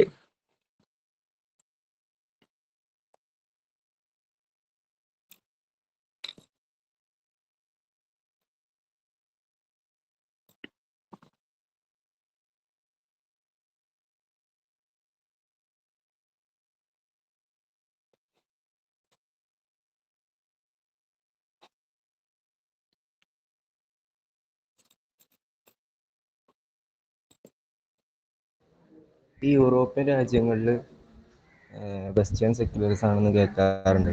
അപ്പോൾ വെസ്റ്റേൺ സെക്യുലറിസം ആകുമ്പോൾ ഒരിക്കലും നമുക്ക് ഈ പറഞ്ഞുകൊടുത്ത് ഇപ്പോൾ അങ്ങനത്തെ പ്രശ്നമൊന്നും കണ്ടില്ല. അപ്പോൾ അവിടെ വെസ്റ്റേൺ കൾച്ചർ തന്നെയല്ലേ സെക്യുലറിസം കാര്യങ്ങളൊക്കെ? അത് ആ വിഷയം നേരത്തെ പറയണ്ടായിരുന്നു. ഇപ്പൊ ഞാൻ പറഞ്ഞ പോലെ UK ഒരു സിസ്റ്റം, പിന്നെ ഇവിടുത്തെ ഒരു മതകീയ ഇത് നോക്കുകയാണെന്നുണ്ടെങ്കിൽ ഇവിടെ റിലീജിയൻ ഫോളോ ചെയ്യുന്നവർ വളരെ കുറവാണ്. വളരെ കുറവാണ് പറഞ്ഞാൽ ഒരു 10% പോലും ഇല്ല. അത് സ്ട്രേഞ്ച് ആയിട്ട് തോന്നുന്നുണ്ടാവും, പക്ഷെ യാഥാർത്ഥ്യം അതാണ്. എന്ന് പറഞ്ഞു കഴിഞ്ഞാൽ ഇവിടെ ഫോളോ ചെയ്യുന്നവർ വളരെ കുറവാണ്. ഈ ഇപ്പോഴത്തെ ഒരു ജനറേഷൻ അല്ല, ഇതിന്റെ തൊട്ട് മുമ്പുള്ള ജനറേഷനിൽ മുതൽ തന്നെ ഇവര് ഫോളോ ചെയ്യുന്നില്ല. എന്ന് പറഞ്ഞാല് ഇവരുടെ പേര് ഇപ്പം ഇംഗ്ലീഷ് പേരുകൾ തന്നെ ആയിരിക്കും. പക്ഷെ അവരോട് നിങ്ങൾ ഏത് ദീനാണ് ഫോളോ ചെയ്യണമെന്ന് ചോദിച്ചാൽ അവര് പറയില്ല. അവര് ഇതാണെന്ന് പറയില്ല, ക്രിസ്ത്യാനിയാണെന്ന് പറയില്ല, അല്ലാന്നാണ് പറയാ. അപ്പൊ പേരാണെങ്കിൽ അങ്ങനെയാണെങ്കിൽ പോലും അവരങ്ങനെ പിന്നെ അറിയപ്പെടാൻ ആഗ്രഹിക്കണില്ല. അപ്പൊ ചുരുക്കി പറഞ്ഞാൽ ഇവർക്ക് ഇപ്പം ഇവിടെ ഏറ്റവും പ്രധാനപ്പെട്ട ആഘോഷങ്ങളാണ് ഈസ്റ്റർ ആഘോഷം, പ്രധാനപ്പെട്ട ആഘോഷമാണ്. ക്രിസ്മസ് പ്രധാനപ്പെട്ട ആഘോഷമാണ്. അതേപോലെ തന്നെയാണ് പിന്നെ പേര് മറന്നു, മറ്റേ ഈ വേഷങ്ങളൊക്കെ കിട്ടിയിട്ട് ഇതുണ്ടല്ലോ പല പിന്നെ ശൈത്താന്മാരെയും, എന്താ പേര് ഞാൻ മറന്നു, ആ ആഘോഷമൊക്കെ ഉണ്ട്. അപ്പൊ അത് ഒരിക്കലും ഇവർ പ്രോത്സാഹിപ്പിക്കാത്തൊരു ആഘോഷമാണ്. അപ്പോ ഇവര് കമ്മ്യൂണിറ്റി എന്ന് പറഞ്ഞാൽ അതൊക്കെ ഒരു കൾച്ചറൽ ആഘോഷം എന്നതല്ലാതെ ഒരു റിലീജിയസ് ആഘോഷമായിട്ട് അവർ കാണുന്നില്ല. അപ്പോ ആ ഒരു ഇവിടെ നമ്മൾ ഈ സിറ്റിയിൽ തന്നെ ഒരുപാട് വലിയ പള്ളികളുണ്ട്. എന്ന് പറഞ്ഞാല് പഴയ കാലത്ത് സ്ഥാപിക്കപ്പെട്ട ഒരുപാട് വലിയ പള്ളികളുണ്ട്. പിന്നെ ഇതിന്റെ ഒരു ചരിത്രം പറയുകയാണെന്നുണ്ടെങ്കിൽ, പിന്നെ ഒരു കാലത്ത് ഇവിടെപ്പെട്ട ഒരു രാജാവ്, ഒരു ഒരു ഇംഗ്ലീഷ് രാജാവ് ഏകദേശം ഇങ്ങനെ പേര് ഞാൻ മറന്നു,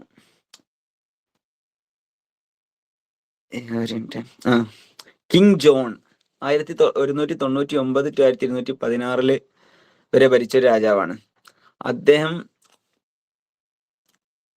അതുപോലെ തന്നെ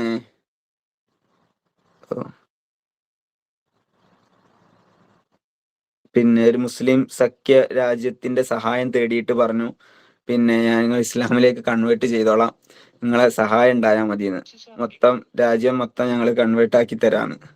പക്ഷെ അന്നത് 1213 ഏതൊരു മുസ്ലിം രാജാവിന്റെ എന്ന് പറഞ്ഞു കഴിഞ്ഞാൽ, ഇവിടെ ആ കാലഘട്ടങ്ങളിലൊക്കെ എന്ന് പറഞ്ഞാൽ യൂറോപ്പ് പോപ്പിന്റെ ഒരു അധീനതയിലായിരുന്നു.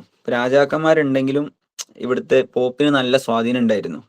അപ്പൊ പോപ്പ് പറയുന്നതാണ് കാര്യങ്ങൾ തീരുമാനിക്കുക. അപ്പൊ ഇംഗ്ലണ്ടിലുള്ള ഒരു രാജാവ് ഇതുപോലെ എന്തോ ഒരു വിവാഹവുമായി ബന്ധപ്പെട്ട് രണ്ടാമത് വിവാഹം കഴിക്കുകയും എന്തോ ചെയ്ത സമയത്ത് പോപ്പ് ഇതിനെതിരെ ഉത്തരവിറക്കുകയും അങ്ങനെ രാജാവിനെ യൂറോപ്പിൽ മൊത്തം മോശമാക്കി അവതരിപ്പിക്കുകയും ചെയ്തപ്പോൾ ഇത് എന്ത് പറഞ്ഞു, ഞങ്ങൾ എന്നാലും നിങ്ങളെ കാത്തലിക് ഇതിൽ നിന്ന് ഞങ്ങൾ മാറുകയാണ് എന്ന് പറഞ്ഞിട്ട് പുതിയൊരു സഭ ഉണ്ടാക്കി.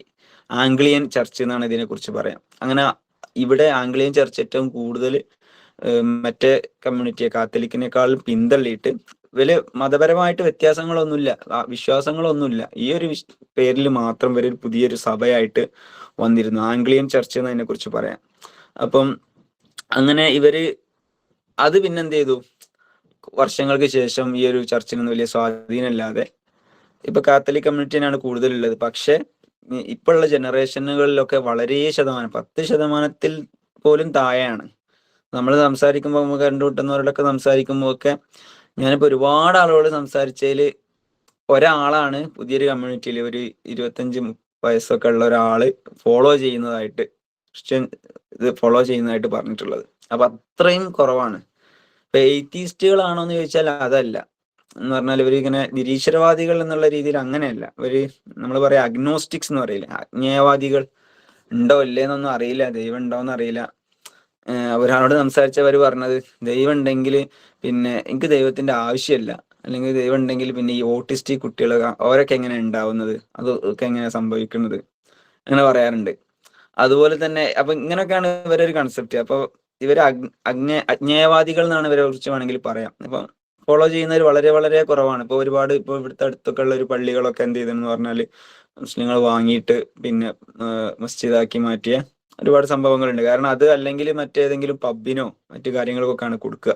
അപ്പൊ അതിലും നല്ലതൊരു ആരാധന കർമ്മം ചെയ്യുന്ന ഒരു സ്ഥലത്തിന് പവിത്രത നൽകുന്ന ഒരു കമ്മ്യൂണിറ്റി കൊടുക്കുന്നതാണ് നല്ലത് എന്നുള്ള നിലക്ക് അങ്ങനെ ഒരുപാട് പള്ളികൾ അങ്ങനെ വാങ്ങിയിട്ട് മസ്ജിദാക്കിയിട്ടുണ്ട്. അപ്പൊ ആ ഒരു സംഭവം, അപ്പൊ അതുകൊണ്ട് തന്നെ ഈ പറഞ്ഞ നിങ്ങൾ പറഞ്ഞ ഈ ഒരു സ്വാധീനം അത് ഇല്ല, തീരെ തീരെ ഇല്ല എന്ന് പറഞ്ഞാൽ തീരെ ഇല്ല. പിന്നെയും മുസ്ലിം കമ്മ്യൂണിറ്റിയാണ് ഇവിടെ വളർന്നുകൊണ്ടിരിക്കുന്നതൊക്കെ. അങ്ങനെ എന്തെങ്കിലും?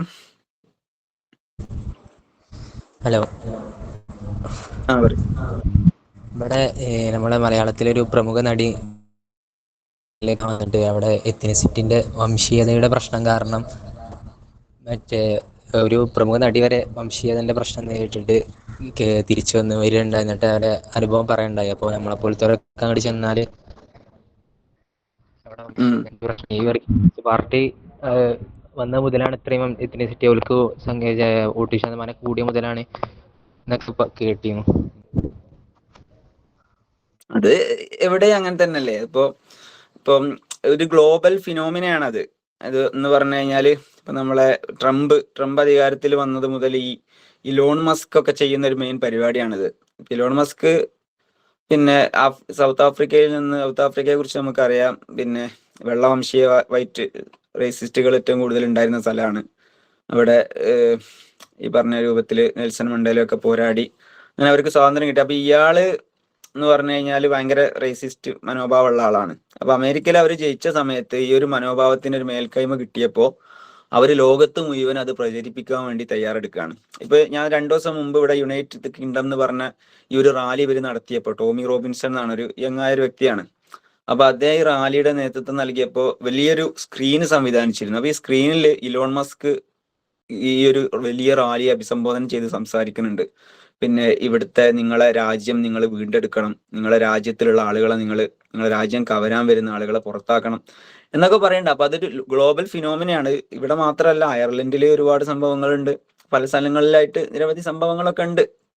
പക്ഷെ അതിന്റെ കൂടെ തന്നെ ഇപ്പൊ കഴിഞ്ഞ വർഷം ഇവിടെ വലിയൊരു കലാപം നടന്നിരുന്നു. ഇവിടെ ഒരു സമ്മർ സമയത്ത് ഈ കഴിഞ്ഞൊരു ജൂലൈയിലായിരുന്നു തോന്നുന്നു, 2024. അപ്പൊ റാലി ഒരുപാട് സ്ഥലങ്ങളിൽ കലാപം നടന്നപ്പോ ആ കലാപത്തിനെ എതിർത്തുകൊണ്ട് പിന്നെ കൗണ്ടർ റാലികൾ നടന്നു. അപ്പൊ കൗണ്ടർ റാലികൾ കൂടുതൽ നടന്ന സമയത്ത് ആളുകൾ കൂടുതൽ പിന്നെ ചെയ്യുന്നത് ഇവരാണ് എന്നൊരു ഇത് വന്നപ്പോ പിന്നെ റാലികളൊക്കെ അങ്ങ് നിന്നു പോയതാണ്. പിന്നെ അന്ന് ഗവൺമെന്റ് വലിയ സ്റ്റേൺ ആയിട്ടുള്ള ആക്ഷനും എടുത്തിരുന്നു.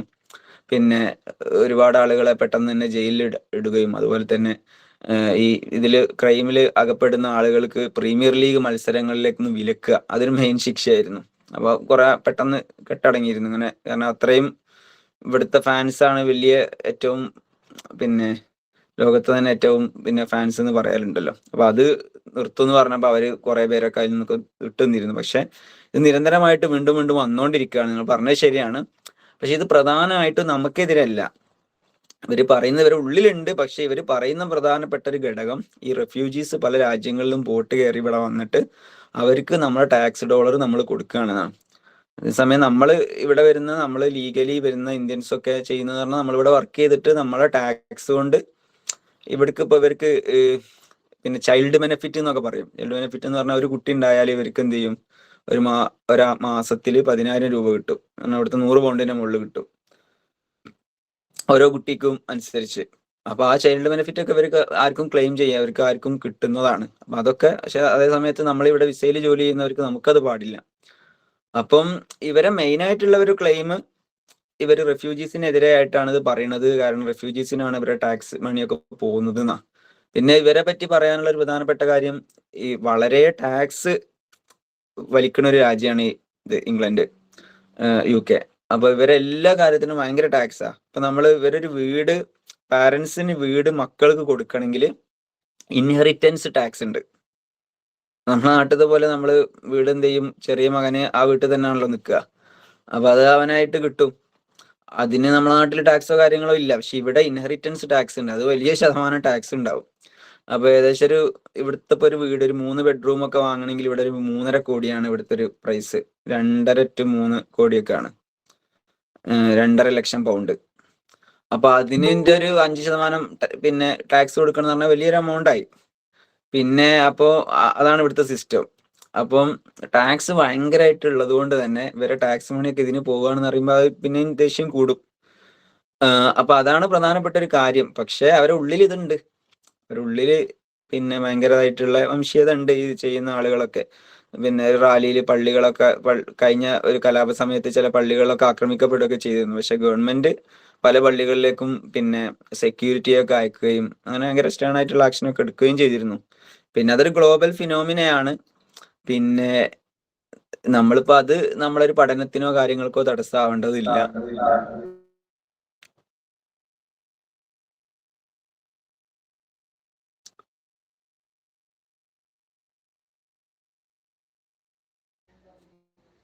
നമ്മളിപ്പോ ഈ പുറത്തെ രാജ്യങ്ങളിലൊക്കെ അവിടെ നമ്മളെ ഈ ഹയർ സ്റ്റഡീസിന് കേംബ്രിഡ്ജ്, ഓക്സ്ഫോർഡ് അങ്ങനത്തെ ഇതൊക്കെ ഉണ്ടാവല്ലോ, മേജർ യൂണിവേഴ്സിറ്റികൾ. അവിടേക്കുള്ള സ്റ്റഡീസിനെ കുറിച്ചിട്ട് അതിലിപ്പോ ഞാൻ പറഞ്ഞല്ലോ ഒന്ന്, Oxford centre for Islamic studies എന്ന് പറഞ്ഞിട്ട് നമ്മളവിടെ സന്ദർശിച്ചിരുന്നു എന്ന് പറഞ്ഞു. അവിടെ ഞങ്ങൾ അവിടെ എത്തിയ സമയത്ത് വലിയൊരു അപൂർവമായിട്ടുള്ള ഒരു ഇത് നടന്നു. അതായത് ബാദിൻ ഉസ്താദ് പറഞ്ഞു ഇങ്ങനെ, ഉസ്താദ് ഈ സമയത്ത് PG കഴിഞ്ഞ ഉടനെ ഉസ്താദ് ഇങ്ങോട്ട് അഡ്മിഷൻ ഇത് കൊടുത്തിരുന്നു. ഉസ്താദ് അറുതലുണ്ട്, അപ്പൊ ഉസ്താദിന് ഇവിടെ അഡ്മിഷൻ കിട്ടിയിരുന്നു എന്ന് ഈ ഓക്സ്ഫോർഡ് സെന്റർ ഫോർ ഇസ്ലാമിക് സ്റ്റഡീസിൽ. അപ്പോ അങ്ങനെ പിന്നെ സാധ്യതകളുള്ള ഇതാണ്. ഇപ്പൊ നമ്മളൊരു അനീസ് ഉദവി ഇപ്പൊ ഇവിടെ പോകുന്നുണ്ട്, സ്റ്റാൻഫോർഡിൽ പോകുന്നുണ്ടല്ലോ. അപ്പൊ അങ്ങനെ നല്ല PG ഒക്കെ കഴിഞ്ഞാല് നമ്മൾ ഇവിടെ തന്നെയുള്ള ഒരു ഇസ്മായിൽ ഉദവി പാറക്കടവ്, ആളിവിടെ PhD കഴിഞ്ഞതാണ്, ഡോക്ടറേറ്റ് ഇപ്പൊ കഴിഞ്ഞൊരു വർഷം ഈ സമയത്താണ് ഇതിൻ്റെ പൂർത്തിയായത്. അപ്പോൾ അങ്ങനെ നല്ല PG ഒക്കെ കഴിഞ്ഞ് നല്ല ഇത് വെച്ച് കഴിഞ്ഞാല് ഇൻഷാ അല്ലാഹ് അഡ്മിഷന് ഇവിടെ ഒക്കെ ലഭിക്കും. അത് ട്രൈ ചെയ്യുന്നവർക്കൊക്കെ കിട്ടും ചെയ്യും. ട്രൈ എന്ന് പറഞ്ഞാൽ കുറച്ച് അധികം കഷ്ടപ്പെട്ടാല്. ഞാൻ നേരത്തെ പറഞ്ഞത് എന്ന് പറഞ്ഞാൽ ആ ഒഴുക്ക് 2020 സ്റ്റുഡൻസിന്റെ ഒരു ഒഴുക്ക് അത് നിന്നു എന്നാണ്. സീരിയസ് സ്റ്റഡീസ് ഇപ്പോഴും നല്ല രീതിയിൽ മുന്നോട്ട് പോകുന്നുണ്ട്. ഇപ്പോഴും പിന്നെ നല്ല കാര്യങ്ങൾക്ക് PhDക്കും ഒക്കെ ഇവിടെ അഡ്മിഷൻ കിട്ടുന്നുണ്ട്. പിന്നെ നമ്മളെ തന്നെ ഒരു സ്റ്റുഡൻറ് ഒരാളുണ്ട്, പിന്നെ പേര് ഫസൽ എന്നാണ് പേര്. ആള് കോട്ടക്കൽക്കാരനാണ്. നമ്മളെ ഈ മജ്ലിസുൻ നൂറിലൊക്കെ സജീവമായിട്ട് അതിന്റെ ചെയർമാനും ഒക്കെ ആയിട്ട് പ്രവർത്തനം കാഴ്ചവെച്ച ആളാണ്. ആൾക്ക്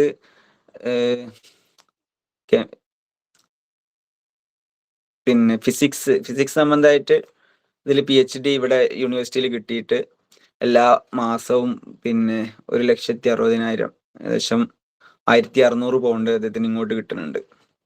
അപ്പം അങ്ങനെയുള്ള കാര്യങ്ങൾ ഇപ്പോഴും ഉണ്ട്. അപ്പം PhDക്ക് ആണെന്നുണ്ടെങ്കിൽ ഈ പറഞ്ഞ പ്രശ്നങ്ങളോ അതൊന്നുമില്ല, കല്യാണം കഴിഞ്ഞാൽ പാർട്ണറിനെ കൊണ്ടുവരാം, ഒക്കെ ചെയ്യാം. അപ്പോൾ ആള് നല്ല രീതിയിലൊരു PG കഴിഞ്ഞു, നല്ല പിന്നെ രീതിയിൽ അത് നല്ല മാർക്കോട് കൂടി പാസ്സായി. പിന്നെ PhDക്കുള്ള സിനോസിസും കാര്യങ്ങളൊക്കെ കൊടുത്തു കഴിഞ്ഞാൽ നല്ലതാണെന്നുണ്ടെങ്കിൽ അഡ്മിഷൻ കിട്ടും. അപ്പൊ അനീസിന് ഒരുപാട് സ്ഥലങ്ങളിൽ കിട്ടിയല്ലോ. അപ്പൊ അതിലേക്ക് കൂടുതൽ ഒരാൾ കോൺസെൻട്രേറ്റ് ചെയ്താൽ ഇൻഷാ അള്ളാ ആ രീതിയിലേക്ക് കിട്ടുന്നതാണ്. അപ്പൊ ആ ഭാഗങ്ങളെ കുറിച്ച് ഞാൻ കൂടുതൽ PhD കഴിഞ്ഞ ഇസ്മായിൽ ഉദവി ആണ് അത് ആ വിഷയം ഒന്ന് സംസാരിക്കണ്ടേ. നിങ്ങൾക്ക് ഹയർ സ്റ്റഡീസ് സംബന്ധമായിട്ടുള്ള അങ്ങനത്തെ എന്തെങ്കിലും കോഴ്സൊക്കെ ആണെന്നുണ്ടെങ്കിൽ ഞാൻ നമ്മളെ സംഘാടകർക്ക് ആളെ പരിചയപ്പെടുത്തി കൊടുക്കുക, നമ്പർ കൊടുക്കുകയൊക്കെ ചെയ്യാം. അതിനെക്കുറിച്ച് കൂടുതൽ അവരാണ് സംസാരിക്കേണ്ടത്. ഞാൻ അതിനെക്കുറിച്ച് അറിയും എന്ന ഒരു രീതിയിലാണ് സംസാരിക്കുന്നത്. പിന്നെ എൻ്റെത് പള്ളിയിലുള്ളത് എൻ്റെത് പിന്നെ ഞാൻ ജോബായിട്ടല്ല, ജോബ് എന്ന് പറഞ്ഞു കഴിഞ്ഞാൽ ഒരു ജോലിയായിട്ട് ഞാൻ അവിടെ ചെയ്യുന്നില്ല. അപ്പൊ ഞാൻ ഇവിടെ PG കഴിഞ്ഞ ഉടനെ പിന്നെ അതിനുവേണ്ടി ശ്രമിച്ചിരുന്നു. അങ്ങനെ ഒരു പള്ളിയിൽ ജോബൊക്കെ ചോദിച്ചു അവനോട് കാര്യങ്ങളൊക്കെ പിന്നെ നമ്മളെ ബോധിപ്പിക്കുകയും കാര്യങ്ങളൊക്കെ നോക്കി അങ്ങനെ ജോലിയൊക്കെ ഓക്കെ ആണെന്ന് പറഞ്ഞു. പക്ഷെ ഒരു പ്രശ്നം പറഞ്ഞത് അവർക്ക് വിസ നൽകാൻ കഴിയൂല എന്ന് പറഞ്ഞു. അപ്പൊ പിന്നെ ഞാൻ അത് ഒഴിവാക്കി. കാരണം വിസ കിട്ടാൻ ചാൻസ് ഇല്ലെങ്കിൽ പിന്നെ അത് ഒരു പ്രയാസമാണ്. പിന്നെ ഇപ്പൊ ഞാൻ ചെയ്യുന്നത് പിന്നെ വളണ്ടിയർലി ഉള്ള ഒരു ഇതാണ്. എന്ന് പറഞ്ഞാൽ നമുക്കതിന് സാലറിയോ കാര്യങ്ങളോ ജോബായിട്ടോ ഉള്ളതല്ല. നമ്മളിതിപ്പോ സ്കിൽഡ് വർക്കർ വിസയിൽ നമുക്ക് മറ്റ് ജോബൊന്നും ചെയ്യാൻ പറ്റൂല. അപ്പൊ പള്ളിയിലുള്ളത് നമ്മളൊരു വളണ്ടിയർലി ചെയ്യുന്നതാണ്. അതും അവിടെ വേറൊരു ഖത്തീബ് ഉണ്ട്, ഒരു സിറിയക്കാരനായ ഖത്തീബ് ഉണ്ട്. അദ്ദേഹം ചിലപ്പോൾ ഉണ്ടാവില്ല. അപ്പം പിന്നെ നമ്മൾ കുത്തുബ ചെയ്യണം ചിലപ്പോൾ. പക്ഷെ ആൾക്ക് ഇംഗ്ലീഷ് അറിയില്ല. അപ്പൊ ആൾ കുത്തുബ ചെയ്യുമ്പോഴും ഇംഗ്ലീഷിൽ എന്ത് ചെയ്യും, അതിന് മുമ്പുള്ള പ്രസംഗം ചിലപ്പോൾ പ്രസംഗിക്കാറുണ്ട്. അങ്ങനെയാണ് അവിടുത്തെ സിസ്റ്റം. അപ്പൊ അതൊരു ജോബായിട്ട് സ്ഥിരമായിട്ടുള്ള ഒരു ഇമാം ജോബ് അല്ല. പക്ഷെ അങ്ങനെ ചെയ്യുന്നവരുണ്ട്. എനിക്ക് പരിചയമുള്ള ഒരു വാഫി, ഞാൻ നേരത്തെ പറഞ്ഞ പ്രിസ്റ്റൺ എന്ന് പറഞ്ഞ സ്ഥലത്ത് മുബഷിർ വാഫി എന്ന് പറയും. അദ്ദേഹം അവിടെ ഒരു മദ്രസ ഇതിൽ പഠിപ്പിക്കുന്നു. ഒരു മദ്രസ മാത്രമല്ല ഒരു കോളേജ് പോലെയാണ്. അതുപോലെ അവിടുത്തെ പള്ളി ഇമാമുമാണ്. വേറൊരു വാഫി കൂടി ലണ്ടനിലും ഇതുപോലെ ഉണ്ട്. അപ്പൊ അത് ചാൻസ് ഉണ്ട് ഇവിടെ വന്നു കഴിഞ്ഞാൽ. പിന്നെ പ്രധാനപ്പെട്ട ഹാഫിലീങ്ങൾക്ക് ഇവിടുത്തെ പള്ളികളൊക്കെ തറാവി ഹാഫിലീങ്ങളെ വേണം. അല്ലാതെ സമയത്ത് അല്ലാത്ത ഇമാമുമാരാണെങ്കിലും തറാവി സമയത്ത് അവർക്ക് റമദാനിൽ ഹാഫിലീങ്ങൾ ആവശ്യമുണ്ട്. അപ്പൊ ഹാഫിലൊക്കെ ആയിട്ടുള്ള ഒരാളെ വന്നു കഴിഞ്ഞാൽ തീർച്ചയായിട്ടും അതിനുള്ള ഒരു അവസരമുണ്ട്. പിന്നെ നമ്മൾ ആഗ്രഹിക്കുന്ന ഇവിടെ 5 വർഷം കഴിഞ്ഞാൽ നിലവിലെ നിയമപ്രകാരം നമുക്ക് ഫുള്ളായിട്ട് നമുക്ക് ഈ ഫുൾ ടൈം ആയിട്ട് ജോലി ചെയ്യാൻ പറ്റും. ഇങ്ങനത്തെ ജോബൊക്കെ ഇമാമായിട്ട് മറ്റു കാര്യങ്ങളൊക്കെ. അപ്പൊ 5 വർഷം കഴിഞ്ഞിട്ട് അങ്ങനത്തെ ഒക്കെ രീതിയിലേക്ക് മാറണം എന്നൊക്കെ ഉള്ള ആഗ്രഹമുണ്ട്.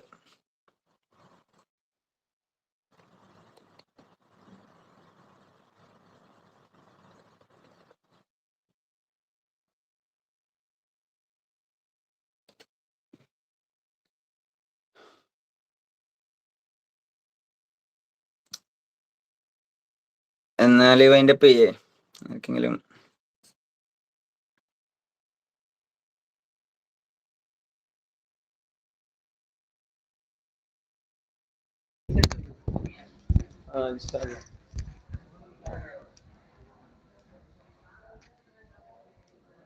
നമ്മള്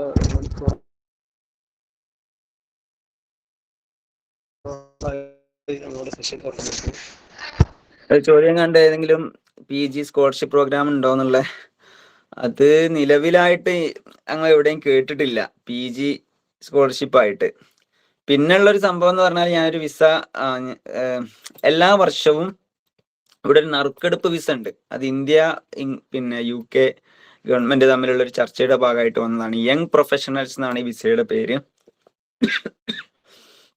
ഇതൊരു ഫെബ്രുവരി സമയത്താണ് ഇതിന്റെ വിൻഡോ ഓപ്പൺ ആവുക. 3 ദിവസം നമുക്ക് അപ്ലൈ ചെയ്യാനുള്ള ഒരു സമയം ഉണ്ടാവും. ഏതെങ്കിലും ഒരു ഡിഗ്രി ഉണ്ടായാൽ മതി, വേറെ ഒന്നും വേണ്ട. ഏതെങ്കിലും ഡിഗ്രി നമുക്ക് സർട്ടിഫിക്കറ്റ് ഉണ്ടെങ്കിൽ നമുക്ക് ആ ഒരു വിസക്ക് നമുക്ക് പേര് കൊടുക്കാം. അപ്പൊ അവര് നറുക്കെടുപ്പ് വിസ എന്നതിനെ പറ്റി പറയാം. അപ്പൊ ആർക്കാണോ അതിൽ കിട്ടിയത് അവർക്ക് ഇവിടെ വന്ന് പഠിക്കാം, പിന്നെ അതുപോലെ ജോലി ചെയ്യാം, അങ്ങനെ എല്ലാ സൗകര്യങ്ങളും ഉണ്ട്. അപ്പൊ അങ്ങനെ ഒരു വിസ ഉണ്ട്.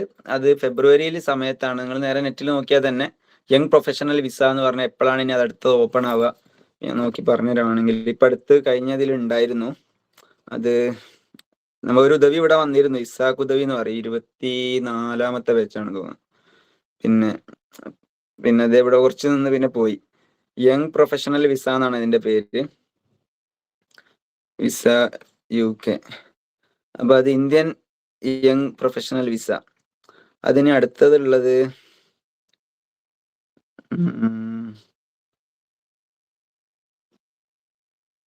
18 വയസ്സ് മുതൽ 30 വയസ്സ് വരെയുള്ള ആളുകൾക്കാണ് ആ ഒരു വിസ ഉള്ളത്. അത് കിട്ടിക്കഴിഞ്ഞാൽ അടുത്തതിനുള്ളത് ഡേറ്റ് കഴിഞ്ഞു. അതിനി അടുത്തത് വന്നിട്ടില്ല, എപ്പോഴാണ് വന്നത് വരിക എന്നുള്ളത് അറിയില്ല. നിങ്ങൾ അടുത്ത് നോക്കിയാൽ ഫെബ്രുവരിയിലായിരുന്നു കഴിഞ്ഞ വർഷം ഉണ്ടായിരുന്നത്. അതുപോലെ തൊട്ട് മുമ്പ് ജൂലൈ 16 ഉണ്ടായിരുന്നു. അപ്പം അത് അവർ നറുക്കെടുത്തിട്ട് അങ്ങനെ ചെയ്യുന്ന വിസയാണ്. അപ്പോൾ ആരൊക്കെയാണ് അപ്ലൈ ചെയ്തത് അതിൽ നിന്ന് 3000 പേർക്ക് ഒരു വിസ കിട്ടും. അത് ഭാഗ്യമാണ്, വേറെ ഒന്നുമല്ല. ഓക്കെ, അല്ലാതെ PG എന്തെങ്കിലും സ്കോളർഷിപ്പ് ഉള്ളതായിട്ട് അറിയില്ല.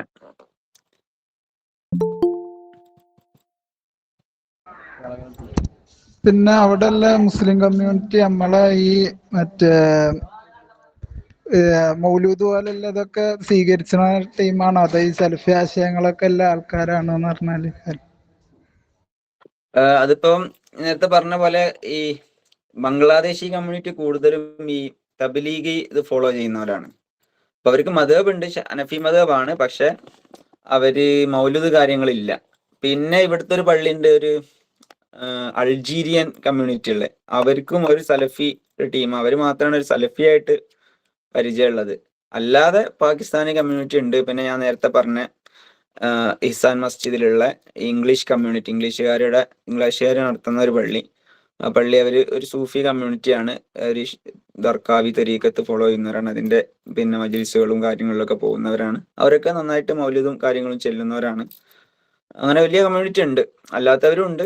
പക്ഷെ സലഫികൾ കുറവാണ്. ഈ പിന്നുള്ളത് ഈ പറഞ്ഞ തബ്ലീഗുകാരാണ്, അവർ മൗലിദ് ചെല്ലാത്തവരാണല്ലോ.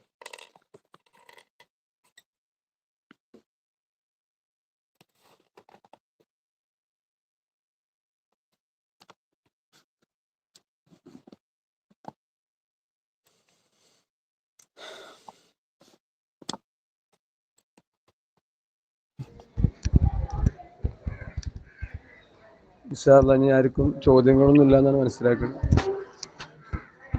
ഒരു മണിക്കൂറോളം നീണ്ട ഈ സെഷൻ ഇൻഷാ അല്ലാഹ് നമ്മൾ അവസാനിപ്പിക്കുകയാണ്. ഒരുപാട് കാര്യങ്ങൾ മനസ്സിലാക്കാൻ സാധിച്ചു. യുകെയിലുള്ള കൾച്ചർ, അതുപോലെ അതിൻ്റെ ഒരു ജിയോഗ്രഫിക്കൽ പഠന പുസ്തകത്തിൽ പറഞ്ഞു. അപ്പോൾ അങ്ങനെയുള്ള കാര്യങ്ങളൊക്കെ കുട്ടികൾക്ക് മനസ്സിലാക്കാൻ സാധിച്ചിട്ടുണ്ടാവും. ഇൻഷാ അല്ലാഹ് നമ്മുടെ ഈ 4ാമത്തെ സെഷനിൽ നമുക്ക് ക്ലാസ് എടുത്ത് തന്ന ബഹുമാനപ്പെട്ട റാഷിദ് ഉസ്താദിന് ഡിപ്പാർട്ട്മെന്റിന്റെ ഭാഗത്തു നിന്ന് എല്ലാവരും നന്ദിയും അറിയിക്കുന്നു. ഇതിൽ പങ്കെടുത്ത ഡിപ്പാർട്ട്മെന്റ് സ്റ്റുഡൻസ്, പുറത്തു നിന്നുള്ള പണ്ഡിതന്മാർ, ഉസ്താദുമാർ, സ്കോളേഴ്സ് എല്ലാവർക്കും ഡിപ്പാർട്ട്മെന്റിന്റെ പേരിലുള്ള നന്ദി അറിയിക്കുന്നു. ഇൻഷാ അല്ലാഹ് നമ്മൾ ഈ സെഷനോട് അവസാനിപ്പിക്കുകയാണ്. വആഖിറു ദഅവാനാ അൽഹംദുലില്ലാഹി റബ്ബിൽ ആലമീൻ. അസ്സലാമു അലൈക്കും വറഹ്മത്തുള്ളാഹി വബറകാതുഹു. വഅലൈക്കും അസ്സലാം വറഹ്മത്തുള്ളാഹി.